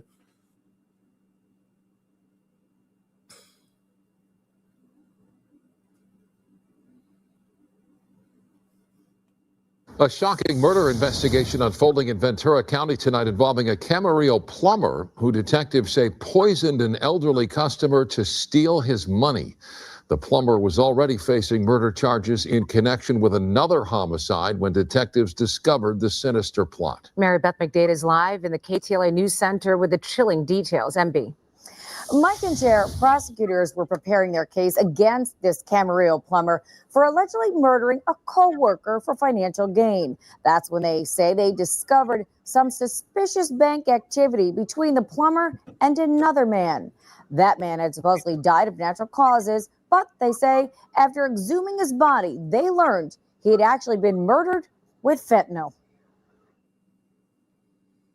38-year-old Rothery Foster, a plumber from Camarillo, was awaiting trial for murdering his coworker, 35-year-old Jose Velasquez, when Ventura County prosecutors say they made a startling discovery. Velasquez wasn't the first man Foster had allegedly murdered for money. As they saw a troubling and similar pattern, the potential for murder for financial gain. Foster was charged last summer for murdering Velasquez, whose body was found in the Santa Monica Mountains in October 2022. Authorities say they learned Foster had been using the victim's credit card. That the defendant violently and forcibly took ATM passwords and checks from Velasquez and used those financial instruments for gas, cash, clothing, and food. In preparation to prosecute Foster for Velasquez's murder, they obtained the victim's bank records and noticed several suspicious bank transactions between Foster's account and an account belonging to 72-year-old Bill Levy of Granada Hills. Prosecutors began looking into what the connection was between Foster and Levy. Mr. Foster, it was learned, worked for a large plumbing company who had dispatched to the Granada Hills townhouse on several occasions. This is diabolical. Yo, this nigga is a demon, yo.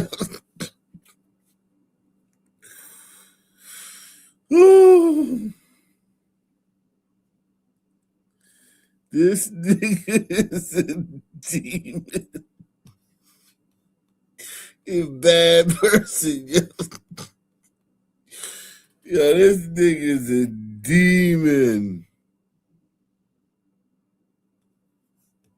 They also discovered that Levy, who was never married and lived alone, had been found dead in his townhouse on January 10th, 2022, supposedly from natural causes. And all those suspicious deposits from Levy's account into Foster's took place the next day. Well, authorities thought that was too much of a coincidence and had Levy's body exhumed. The Los Angeles County Medical Examiner's Office performed the autopsy, and the results showed that Mr. Levy's cause of death was the effects of fentanyl, and they ruled Mr. Levy's manner of death as a homicide. After further investigation, Foster was arrested for Levy's murder this past Monday. So how did the medical examiner miss this years ago? Well, the DA says an autopsy was never originally conducted. And the medical examiner had conversations with the primary care physician of Mr. Levy. There were conversations about the state of his health, and it was determined on the basis of those conversations that an autopsy was not needed, that most likely the cause of death was of natural causes.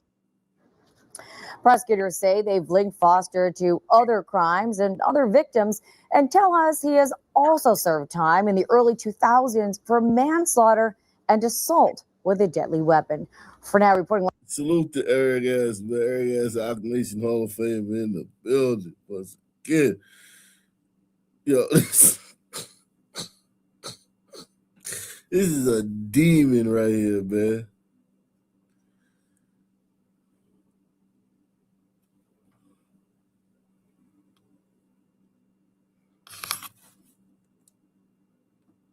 This nigga is a demon.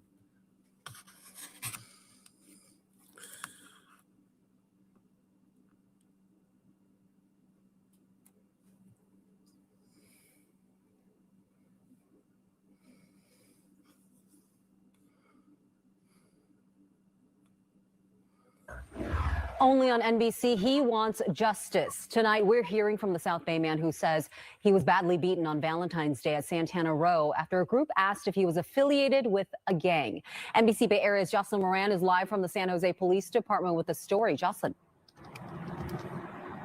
Gia, police say this is an ongoing investigation. We did speak with the victim today. His face is badly beaten. He tells us he was leaving the V Bar inside Hotel Valencia at Santana Row when a group of people followed him out. And I remember being on the floor, not fighting back, but having my hands out like, whoa, like, what are you guys doing? Tonight on this man's face, you can see visible injuries. He wants to remain anonymous, so we're covering his face and changing his voice. On the night of Valentine's Day, he says he and his girlfriend decided to get a drink at V Bar inside Hotel Valencia at Santana Row. When they were leaving after 1 a.m., he says a group of 4 men and 1 woman got into the elevator with them. One of the men made an inappropriate comment toward his girlfriend. I just asked him, hey man, like, we don't want no trouble, we don't want any problems at all. He says the men then started asking if he was affiliated with the gang. The guys were starting to just yell at us. This is like Hispanics. Hispanics do that type of shit. Are you affiliated with a gang and shit? They bang hard. Hispanics bang hard. Kind of just saying like things like, oh, are you gang related? Do you bang? I said, no, I'm not affiliated with none of that. When they got out of the Valencia hotel, they turned left and started talking in front of the New Balance store with a couple they had met earlier. It took about 45 seconds, and then next thing I knew, somebody had hit me from behind in the back of my head, and I fall face forward. I open my eyes, and then there's 3 men on top of me beating on me. He says his girlfriend tried to intervene, but then one of the men hit her and she fell to the ground. He says the group of people left and security called police. I was wearing all like a tux, so front touch was suit, and everything was just covered in blood. He and his girlfriend were both transported to a hospital. He ended up with stitches near his eyebrow and on his ear. He also has a purple eye, chipped teeth, and a busted lip. Police say the investigation has been assigned to a detective. This isn't the first time Santana Row has seen violence on the night of Valentine's Day. A year ago, 15-year-old David Gutierrez was stabbed by a suspected gang member. For the victim of this last weekend's assault, he's hoping for justice. I'm not a violent person. I look to like help as many people as I can. And for something like this to happen, it breaks my heart, but it also saddens me because it makes me feel unsafe.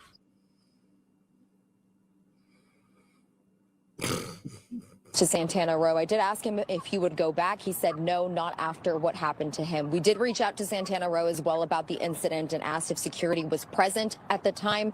We did not get a response back tonight. In San Jose, I'm Jocelyn Moran, NBC Bay Area News.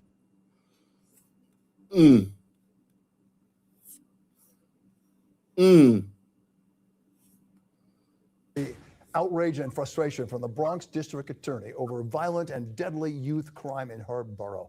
It's increasing in the Bronx, while overall crime in the city is falling. Darcel Clark's comments come after the murder of 16-year-old Christopher Redding. He was a high school football player who was out with 2 friends last week. The DA says they were 3 innocent teenagers just hanging out when they were shot by alleged gang members. Now she's calling for changes in the law on how young criminals are prosecuted.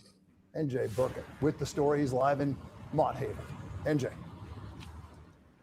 Yeah, right, Bill. Simply put, Darcel Clark says gun possession cases belong in criminal court. But the fact is that most juveniles arrested in gun possession cases end up in family court, even the repeat offenders. DA says that's not working. Family court for fucking little fucking savages out here killing people and shit. Little motherfuckers pulling up with switches and spraying in the crowds. Their cases go to family court.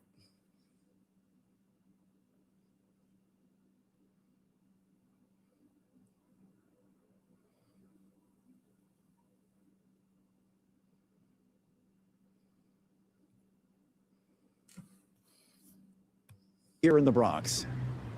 I'm tired of going to the vigils. You know, I'm tired of going to the funerals. I'm tired of announcing indictments against young people. Bronx District Attorney Darcel Clark says the law needs to change. That last week's shooting that claimed the life of 16-year-old CJ Redding should have been preventable. Redding was killed by a stray bullet. 2 others were wounded.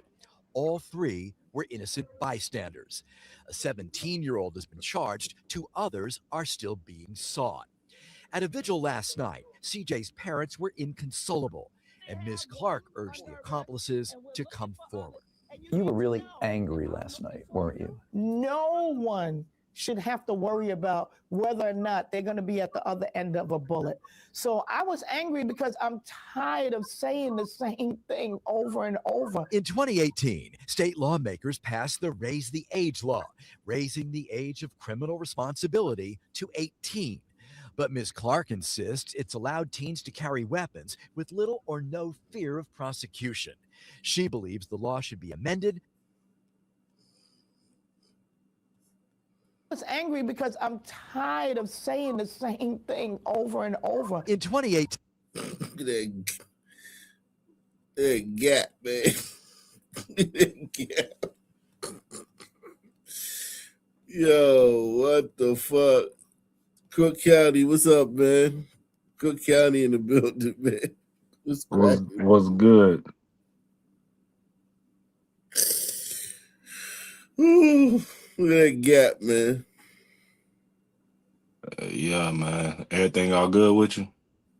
Everything cool, man. What's happening? Man, shit. Same old shit. You sound like you going through some things, man. Nah, I'm all good, man. I had a good day, man. But, you know, sons being sons, it's all good. Y'all crime is down heavy, though, right? Yeah, everybody dead, and our new state's attorney, she holding everybody. So, like, they in jail, man. So it's not Kim Fox anymore? Nah, she didn't run again. We got a glider, man. She come from a family of cops and shit. So she holding the fuck out of people. So what happened to Kim? Kim just decided to not run again. She probably gonna try to be the mayor. Damn. That woman is a demon. She got so many black people killed. Yeah, nah, she's a really, really bad person, man. Damn. Jesus Christ. And over. In 2018, state lawmakers passed the Raise the Age law, raising the age of criminal responsibility to 18. But Ms. Clark insists it's allowed teens to carry weapons with little or no fear of prosecution. She believes the law should be amended so most gun arrests will be prosecuted in criminal court, not family court. They might have made the biggest mistake of their life. Does that mean that they should go away to prison or jail for the rest of their life? Not necessarily, but they do need to know that there are consequences to their actions. The Bronx is home to 20% of the city's youth population, but accounts for 30% of youth gun arrests, 48% of youth shooting arrests, and 38% of youth shooting victims. That's crazy. Ain't the Bronx is that the one that got a lot of Dominicans and shit? Yeah, it's the one at the top. It's one right above Manhattan. But I mean, listen. The historically, I would like to know the numbers because I mean, I'm sure. Well, listen. I had a. Did I have a Did I have a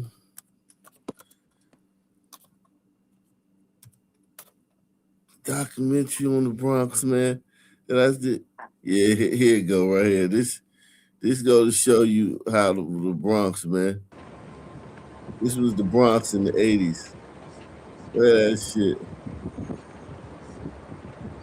What that This is was? where Some hip hop. projects or some shit? This is where hip hop was born. Yeah, this is all that. This is where hip hop came out of. You talking about when the Puerto Ricans created it? Yeah, the Puerto Ricans created hip hop.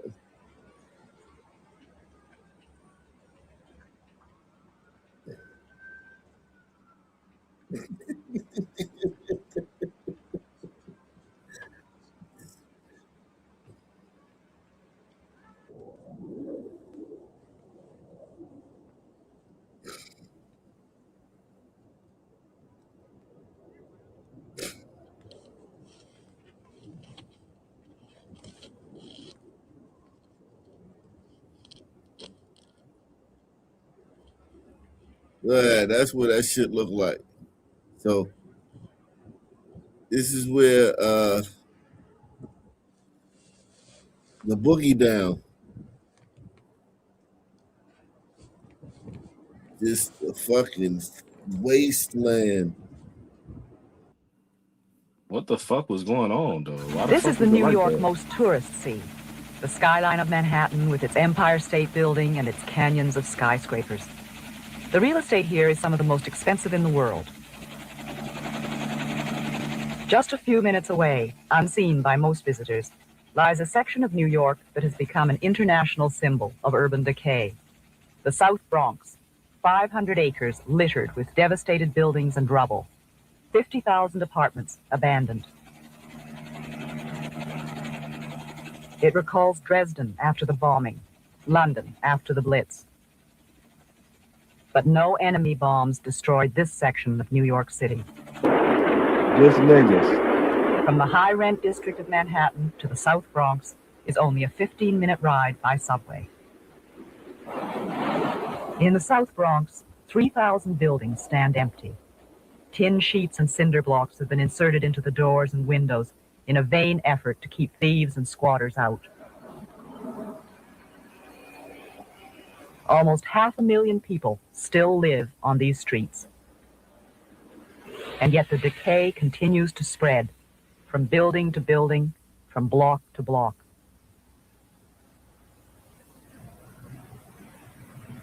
"30 years ago, the Bronx was a mecca for the white middle class. The streets were lined with trees, apartments were solid, and rents were reasonable and strictly controlled. The Bronx called itself the borough without slums and thought itself invulnerable. The decline was swift, but it began innocently with a plan to provide housing for New York's poor. When the Hey, white folks know they can self-destruct some good shit, boy. All it takes for them to start worrying about other motherfuckers and they just ruin everything every time.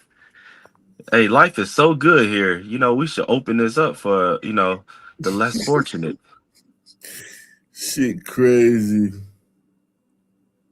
At least they learned though now, like nowadays, they ain't doing none of that shit. They can talk all that talk, but them motherfuckers still gonna pay for private school. And they gonna motherfucking never in their life let a motherfucking low income housing come into their neighborhood.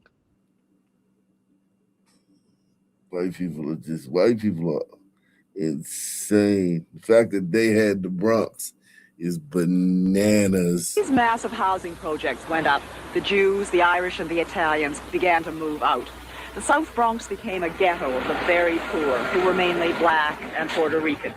They were drawn. So they let the motherfuckers in and it instantly moved out. That's like a white thing, like Yeah, they do that. to just be able to move out, like to like be like, oops, all right, we out. Like that, I see that is kind of like privilege to like Nah, have. that is to just be like, yeah, all right, the experiment didn't work. All right, I'm gone. And then they moved to Garden City and all the other shit right outside, and they was just like, yeah, this is what we establishing families. Wow. They even moved a pro hockey team out there. They was like, fuck it, we out. That shit and that was Chicago shit, Motherfucker, you know them projects, all them projects in Chicago, how long you think them shits was up, bro, before they became like uninhabitable? A week? I don't know. How long? I'm talking about the entire life. The way these people will talk about the projects in Chicago, like the Robert Taylors, the Cabrini Greens, Stateways, all that shit. How many years do you think that shit actually was up and had residents in them? I don't know how long. Bro, some of them motherfucking buildings was only like housing people for like 30 years before that shit went to shit, and they was like, fuck it, knock it down.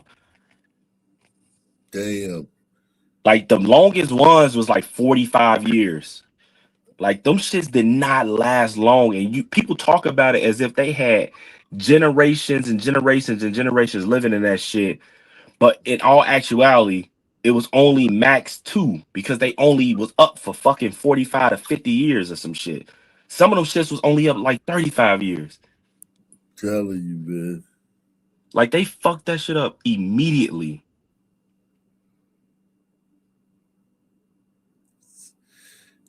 That's how niggas be, man. Niggas don't take long at all. Niggas don't take long at all to fuck some shit. Found like pawns on a giant chessboard. And when their neighborhood began to decay rapidly, they felt powerless to stop it. It started in the 60s with inflation. Landlords found that the rents their tenants paid no longer covered the costs of running their buildings. So the landlords stopped doing repairs. In some cases, stopped heating and lighting their buildings. And so tenants refused to pay their rents. Mary Johnson and her 4-year-old daughter live on the 4th floor of a building which has had no heat or repairs in over a year. In the kitchen is a broken window. Here, it's been broke for several months. And the gas, it burns 24 hours a day. And my Con Ed bill is sky high. I can't even pay it half of the time. Half of the times we don't have no water. There's rats in here the size of a cat. And I really don't know what to do no more. I'm gonna try some of everything. I just don't know what else to do. In here, it was raining one day and this fell. And when it rained outside, it rains in here all down inside the wall. So my sister heard some water like it was coming down. And she came in here and snatched the kids out of here. Just as she got them out, this fell. And it's been like this ever since the summer, around June. This winter, temperatures in Mary's apartment dropped below freezing, and she fears for her daughter's health. Her first child, a son, died at the age of 2 weeks in a building just like this.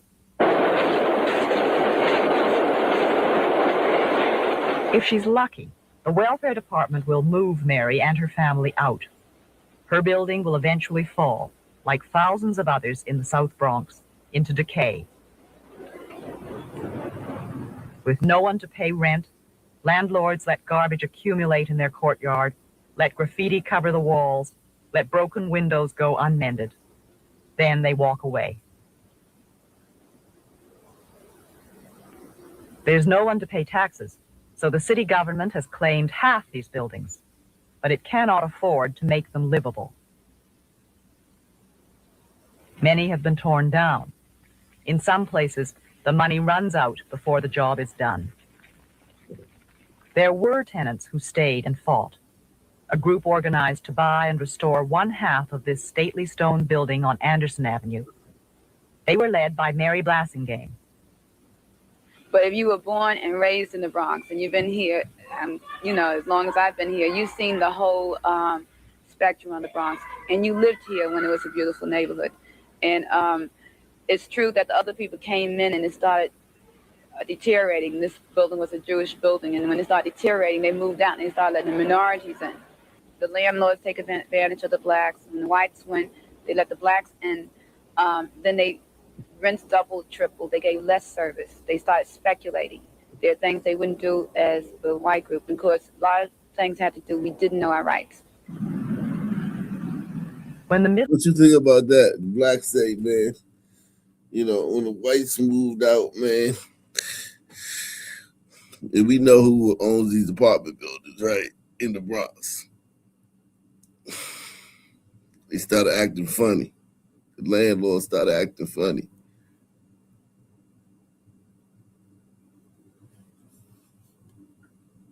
I don't know, man. Hit the like button, everybody. Everybody hit the like button. Sponsor tonight's programming, man. We going in, man. You don't get this nowhere else, man. We giving you the real, man. You said lies. middle class left the Bronx. Most shopkeepers followed. Some were driven out by burglars and looters. Others torched their own businesses. Today, there is almost no local industry in the South Bronx. There are few jobs for the people who live here. 1 out of 3 is unemployed. The per capita income here is 40% of the national average. 1/3 are on welfare. Dealers and hustlers of every sort make their headquarters on street corners. Liquor and drugs, like heroin and cocaine, help dull the pain and the boredom.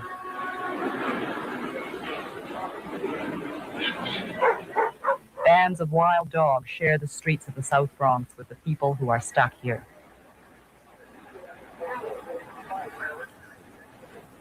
Michael Harrington is the author of The Other America, a study of poverty in the United States. Now you have blacks driven out of the fields of the South coming here. You have Puerto Ricans driven out of a Puerto Rican economy which is falling apart coming here. In the time of automation, in the time of high unemployment, in the time when this economy doesn't need semi-skilled and unskilled workers anymore. The result is you have an impoverished, out-of-work, welfare-dependent population in an area of ruins like this, which invite crime, mugging, rape, addiction, narcotics addiction, alcoholism. And so you get a kind of a downward spiral. And I don't think you can reverse that until you reverse the malfunctioning of the entire American economy. Jimmy Carter didn't. I guarantee you Ronald Reagan will not. President Carter made his pilgrimage to the South Bronx in 1977. He was appalled by what he saw and pledged to do something about it.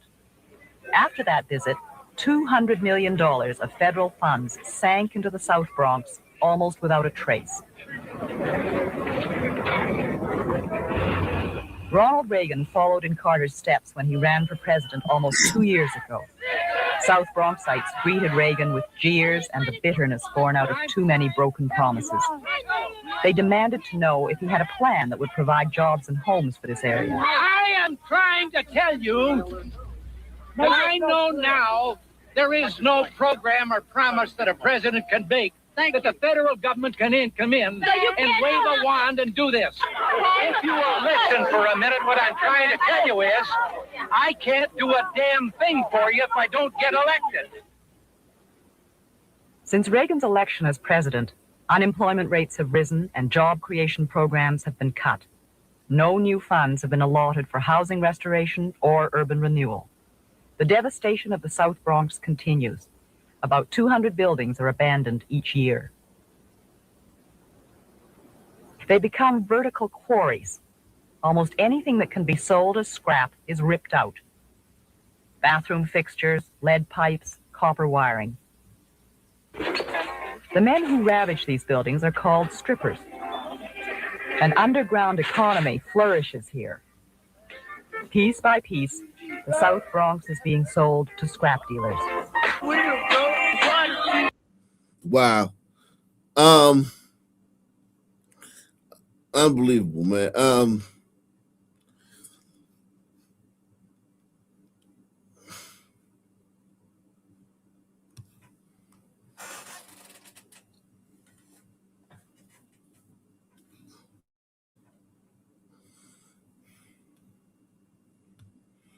Well, the threat of robbery is very heavy in the community. I mean, just any... Dallas, 1973. Dallas. Well, the threat of robbery is very heavy in the community. I mean, just any second a bandit might walk in the door and rob you. I would say that the average citizen, especially the ladies, are afraid to get out after dark. And there were occurred to me that they were going to kill me. I just know they feel like that. But the only thing I felt like is if I hadn't told them go ahead and get it, well, they probably would hurt me. No need of us boycotting ourselves because the crime is here. Now, the thing that we should try to do is that they should try to do downtown is try to get somebody out here and do something for these people. You know, give them something to work for. I mean, if they don't have anything to do, yeah, they're going to commit crime.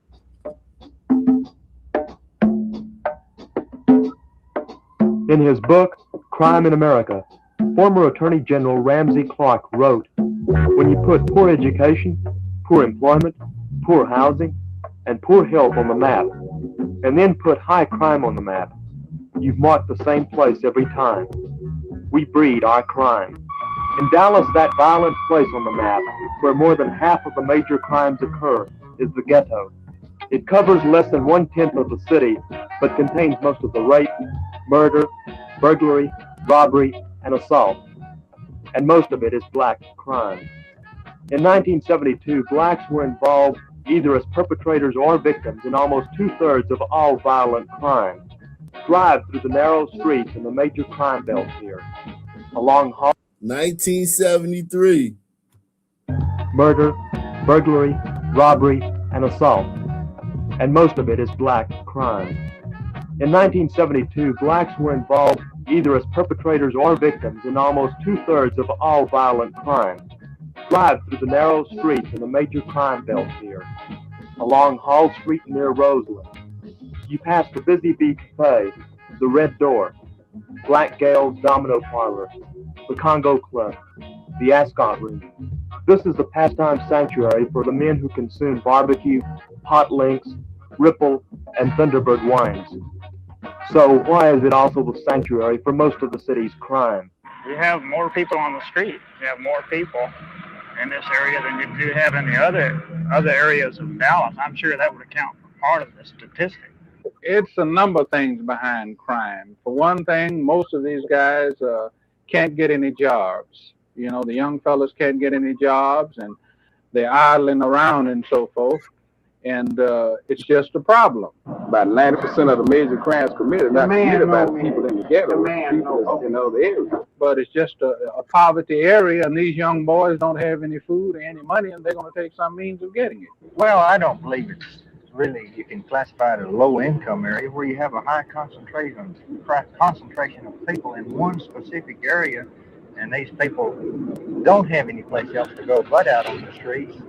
Then naturally, you're going to have more crime. I live in South Dallas myself, and I was, among the same people that he's talking about without anything to do, but I didn't resort to crime. Well, this is a different generation that we're dealing with now. But are we speaking of the present or the past, or we just speaking of South Dallas in general? In general. Well, this includes that. Like I had the same opportunities that you had, which was very, very limited. None at all. But I didn't resort to crime. The average family income here is less than the government-established poverty level. You can buy a used car for $10 down and no credit check, or stay in the Ross Avenue Motel for $2.50 and up. Men in suits are from the finance company or police. Haircuts are 95 cents. Positively no personal checks accepted. The story is much the same in South Dallas on the other side of the Central Business District. Bitterness and resentment are easy to find. A dude out here, he doesn't resort to crime because he resorts to crime because he be trying to get some of the things that Whitey downtown won't let him have. Right. That's another thing. That's what they are doing here. That's what the Whitey downtown won't let you have something. They blaming that shit on Whitey downtown. It's Whitey downtown's fault.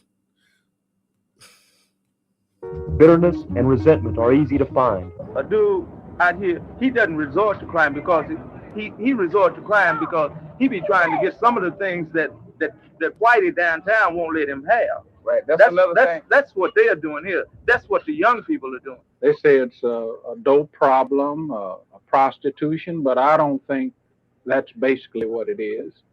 because they're robbing in North Dallas and so forth, but they don't say this is due to dope and so forth. You can't get too much of this good dope out here because people don't have the money to buy it, so you don't have to worry about too much. Yeah, this is not what a dope problem is. The dope is.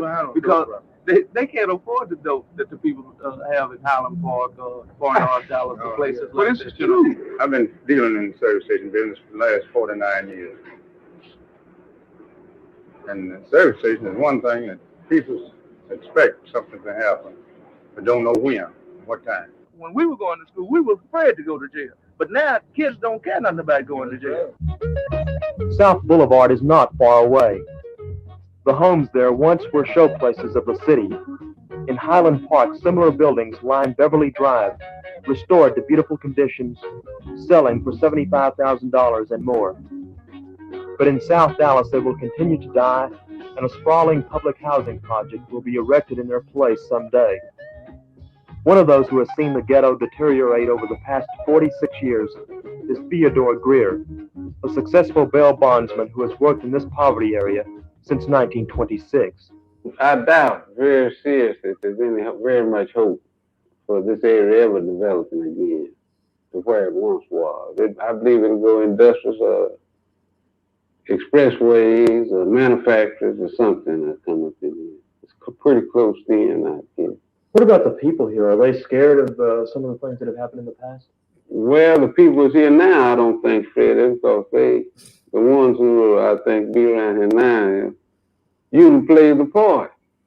See, quite naturally, the one was afraid left, and the one what plays the part comes back and comes again. It looks like South Dallas is gradually dying out unless we get, better police protection out here. I mean, it's just going to be so that a businessman will be scared to open up his doors. We need better police protection. One of your main answers to high crime is going to be more involvement. The people get more involved and report these crimes to the police and getting more information to the police when we get on the scene of a crime. The more the people help us by telling us what they see, the more we can cut crime. Look at these two Southern cops. You don't get no more Southern than Dallas. Look at these two Southern cops. Man, back in the South,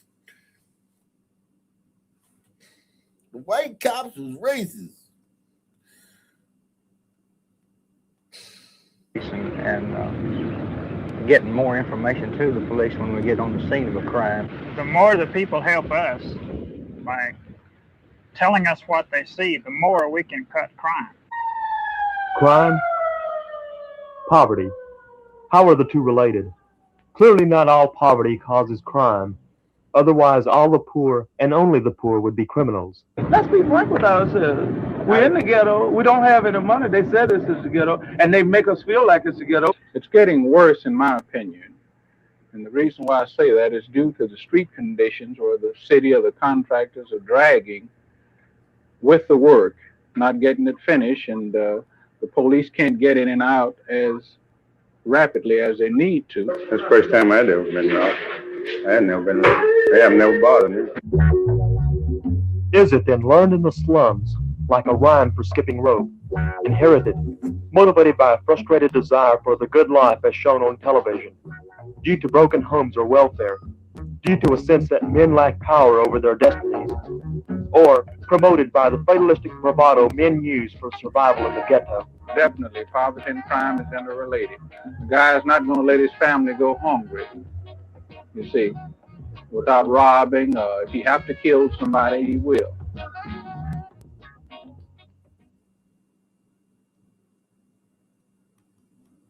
Wow.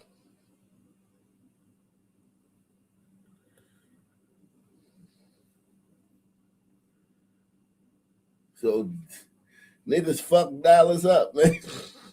A long time ago, man. Press 1. Niggas fucked Dallas up a long time ago. 27% of all the kids bused in Dallas last year were bused to schools in the affluent.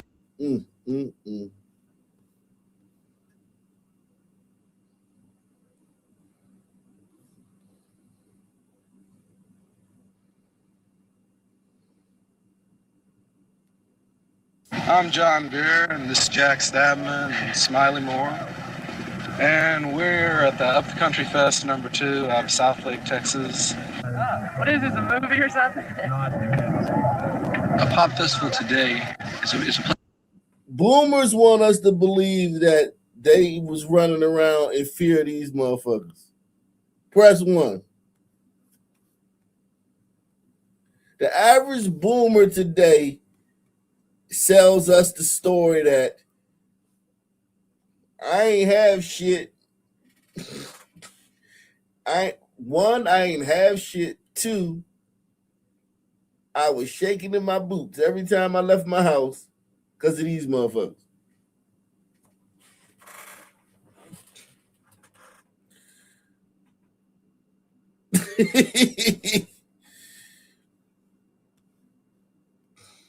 We debunk all that shit here, man. We debunk all that shit here. Make sure you take the challenge, man. Sponsor the show. We need some people to take the challenge, man. Sponsor the show.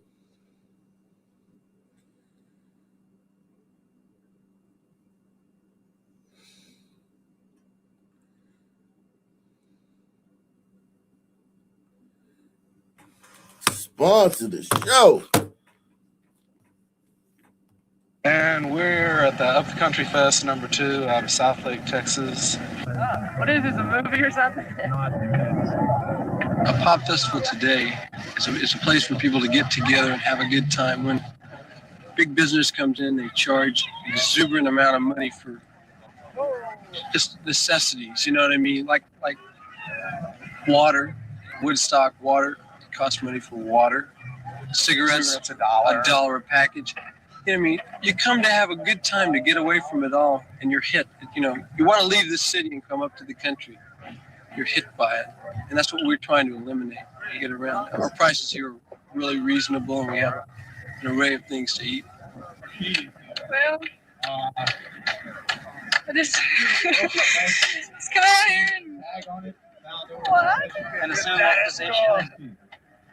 Yeah. Listen to music. Yeah. How long you been here? A couple hours. How long you gonna stay? Maybe all night. Everything goes all right. I like it. Yeah. You liking it so far? Yeah. What about you? What do you get out of this? Music. Why couldn't you go sit in the car and turn on the radio? I just like the atmosphere, the people. Yeah. We've had complete cooperation from the Southlake Police Department. They've been a great help in guarding our stage and equipment and keeping troublemakers from harassing us. And really just been great people. The only thing they were really against is they thought we were, they said, as long as you're not having a moratorium, it's all right. You know, because they really didn't want us putting down the government. Moratorium in motorcycles. I was just headed around the park, man. I wasn't going anywhere in particular. And what did you find? What you're looking for? My Luden's coffee house. May I say a word as a local property owner? Right in, Smiley. I'm the closest neighbor that they have here, and I don't think I've ever seen a nicer, more courteous bunch of youngsters in my life. Of course, you see a little bit of everything out here, but if you went to a preacher's meeting, you'd probably see more out of the way than you do here. It's really a wonderful bunch of youngsters. And again, if you're welcome, Sheila's Headband.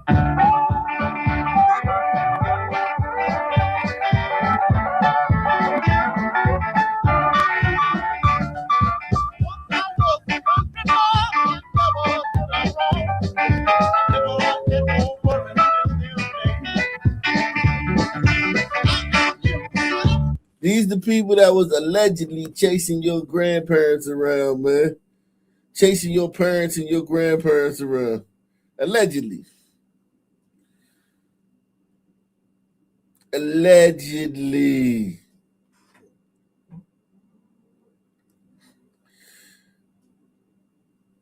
Chasing your grandparents around.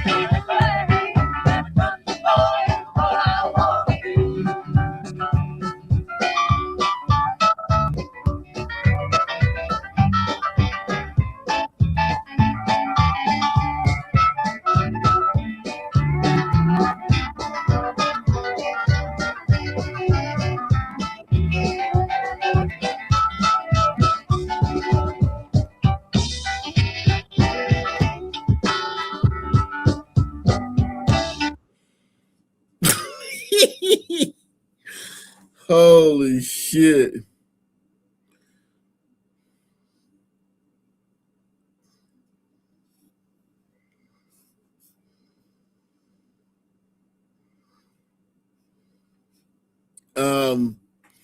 Yeah. So yeah.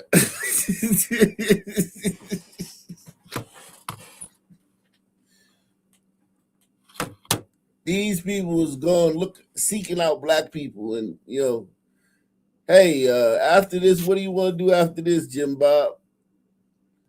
What do you want to do after this? Let's go find some black people and fuck with them.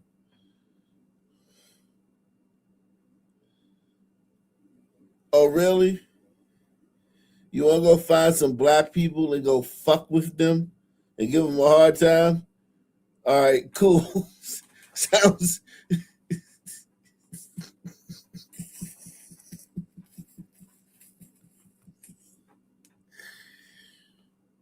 Oh, my God, man. Shout out to Doug Chunks.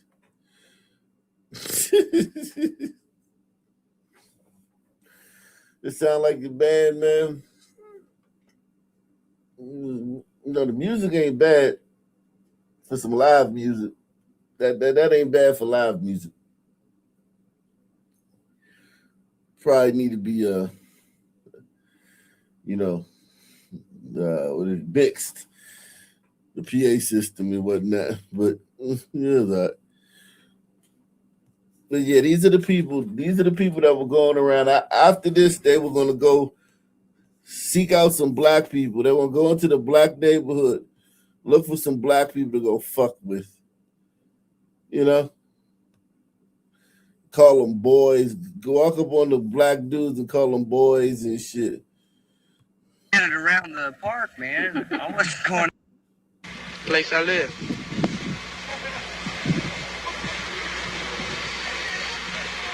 And because I don't want nobody bothering me, I guess that's why. I use game war to protect my territory right here, to protect this area, the turf. That's why I game war.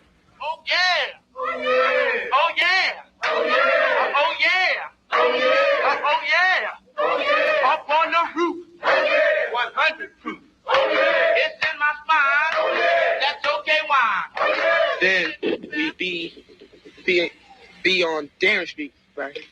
First, we'll be on Darren Street drinking. From all the rest, who drink the most, those colored folks, it's in my cap, those Apple Jacks, all pull a day, keep the niggas away, it's in my khakis, banana wackies, it can't be beat. I drink myself because it give me a nice feeling when I'm drinking, a nice high, make me feel right then. Then I remember when I'm sober. It makes you feel kind of good. Feel you could beat the world. And that nobody's gonna bother you, because you feel as though you can't get hurt. Shredded weed, it's in my socks. Bird on the rocks, it's in my shoes. Oh, what a fool, it is so fine. That's okay wine, $1.09. Drink it any old time, and we will rumble, and we will tumble.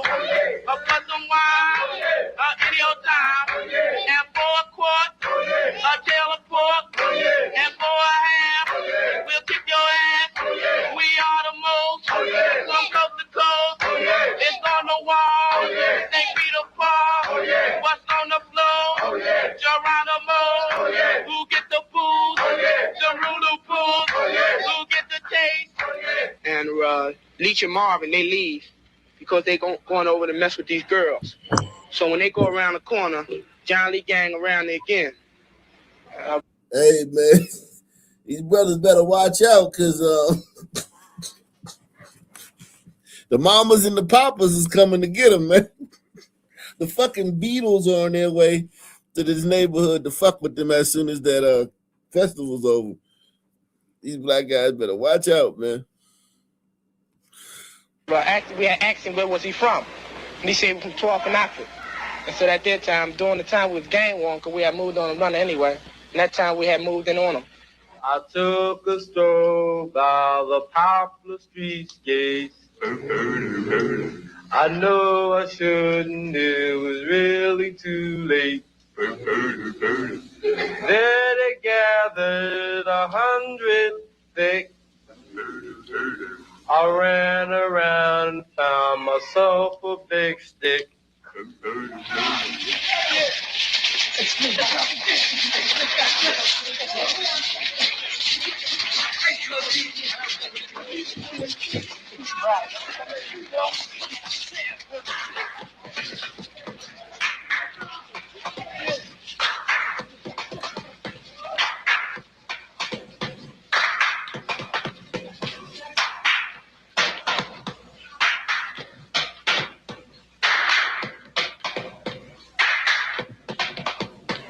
Comes around the corner and see a Cossack speakers leech up.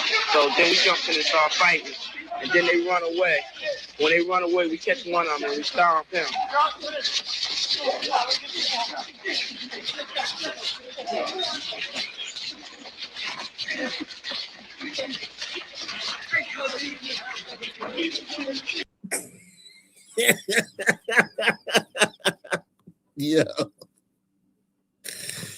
Yo.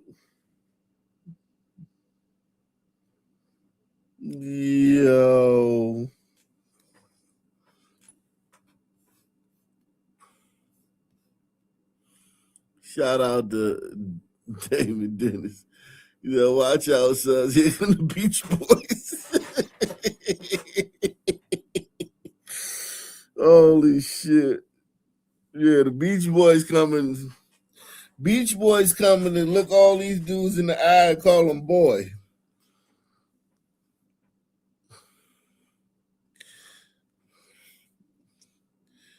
We might be the Beach Boys, but you're just some boys.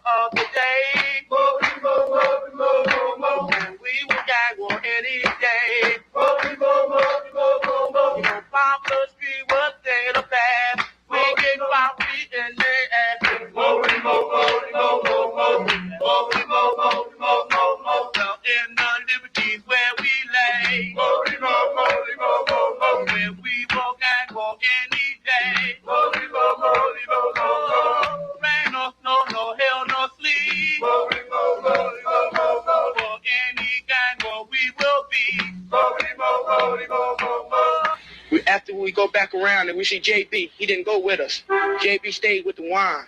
So then Marvin said, you know, that JB stayed with the wine. So then JB had to go through the line. So we have a kangaroo court the next day over a playground.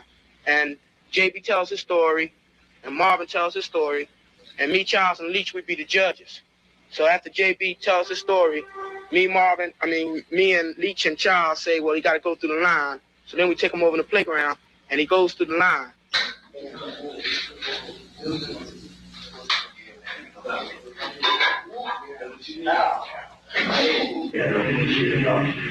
Well, man, quiet. Let's get it on with. I mean, at least go around to see these two broads. So the cops has moved on them. So at least told me come around and get the rest of the gang. So I went around there. So I told him. So we went around there. I looked back, I seen JB laying with the food. So we was around there buckling. I ain't see JB. So we went back down Darren Street. He was still there with the booze, so he must ain't go down with us. And he probably was sipping on it while we was gone. JB, man, why didn't you come with us? You came down, man. Man, I mean, the contacts were strong, man. We could have used you, man, but you laid in the cut. On account of what? I mean, I was getting my bottle, man. So in other words, man, you put wine before you put your cornball, right? I put my cornball nothing, man. So the way I get it, you ran out on us. I was just getting my groove then, man. Oh, man, shut the hell up.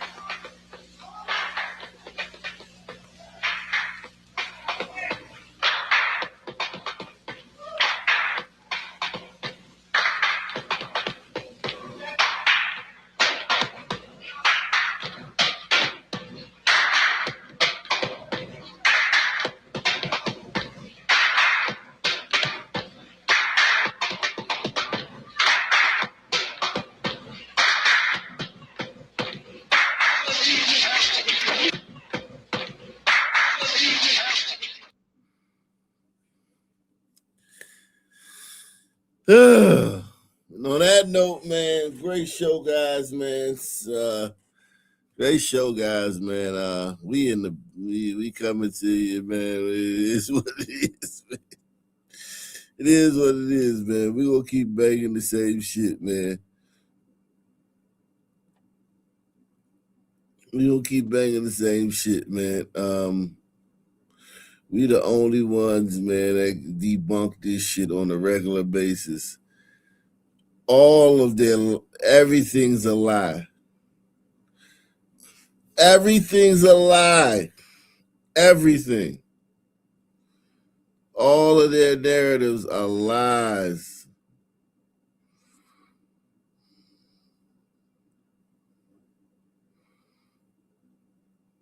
Unbelievable.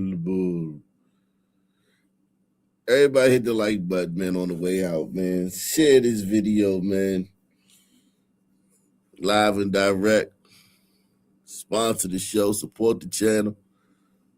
I'm out of here. Peace out.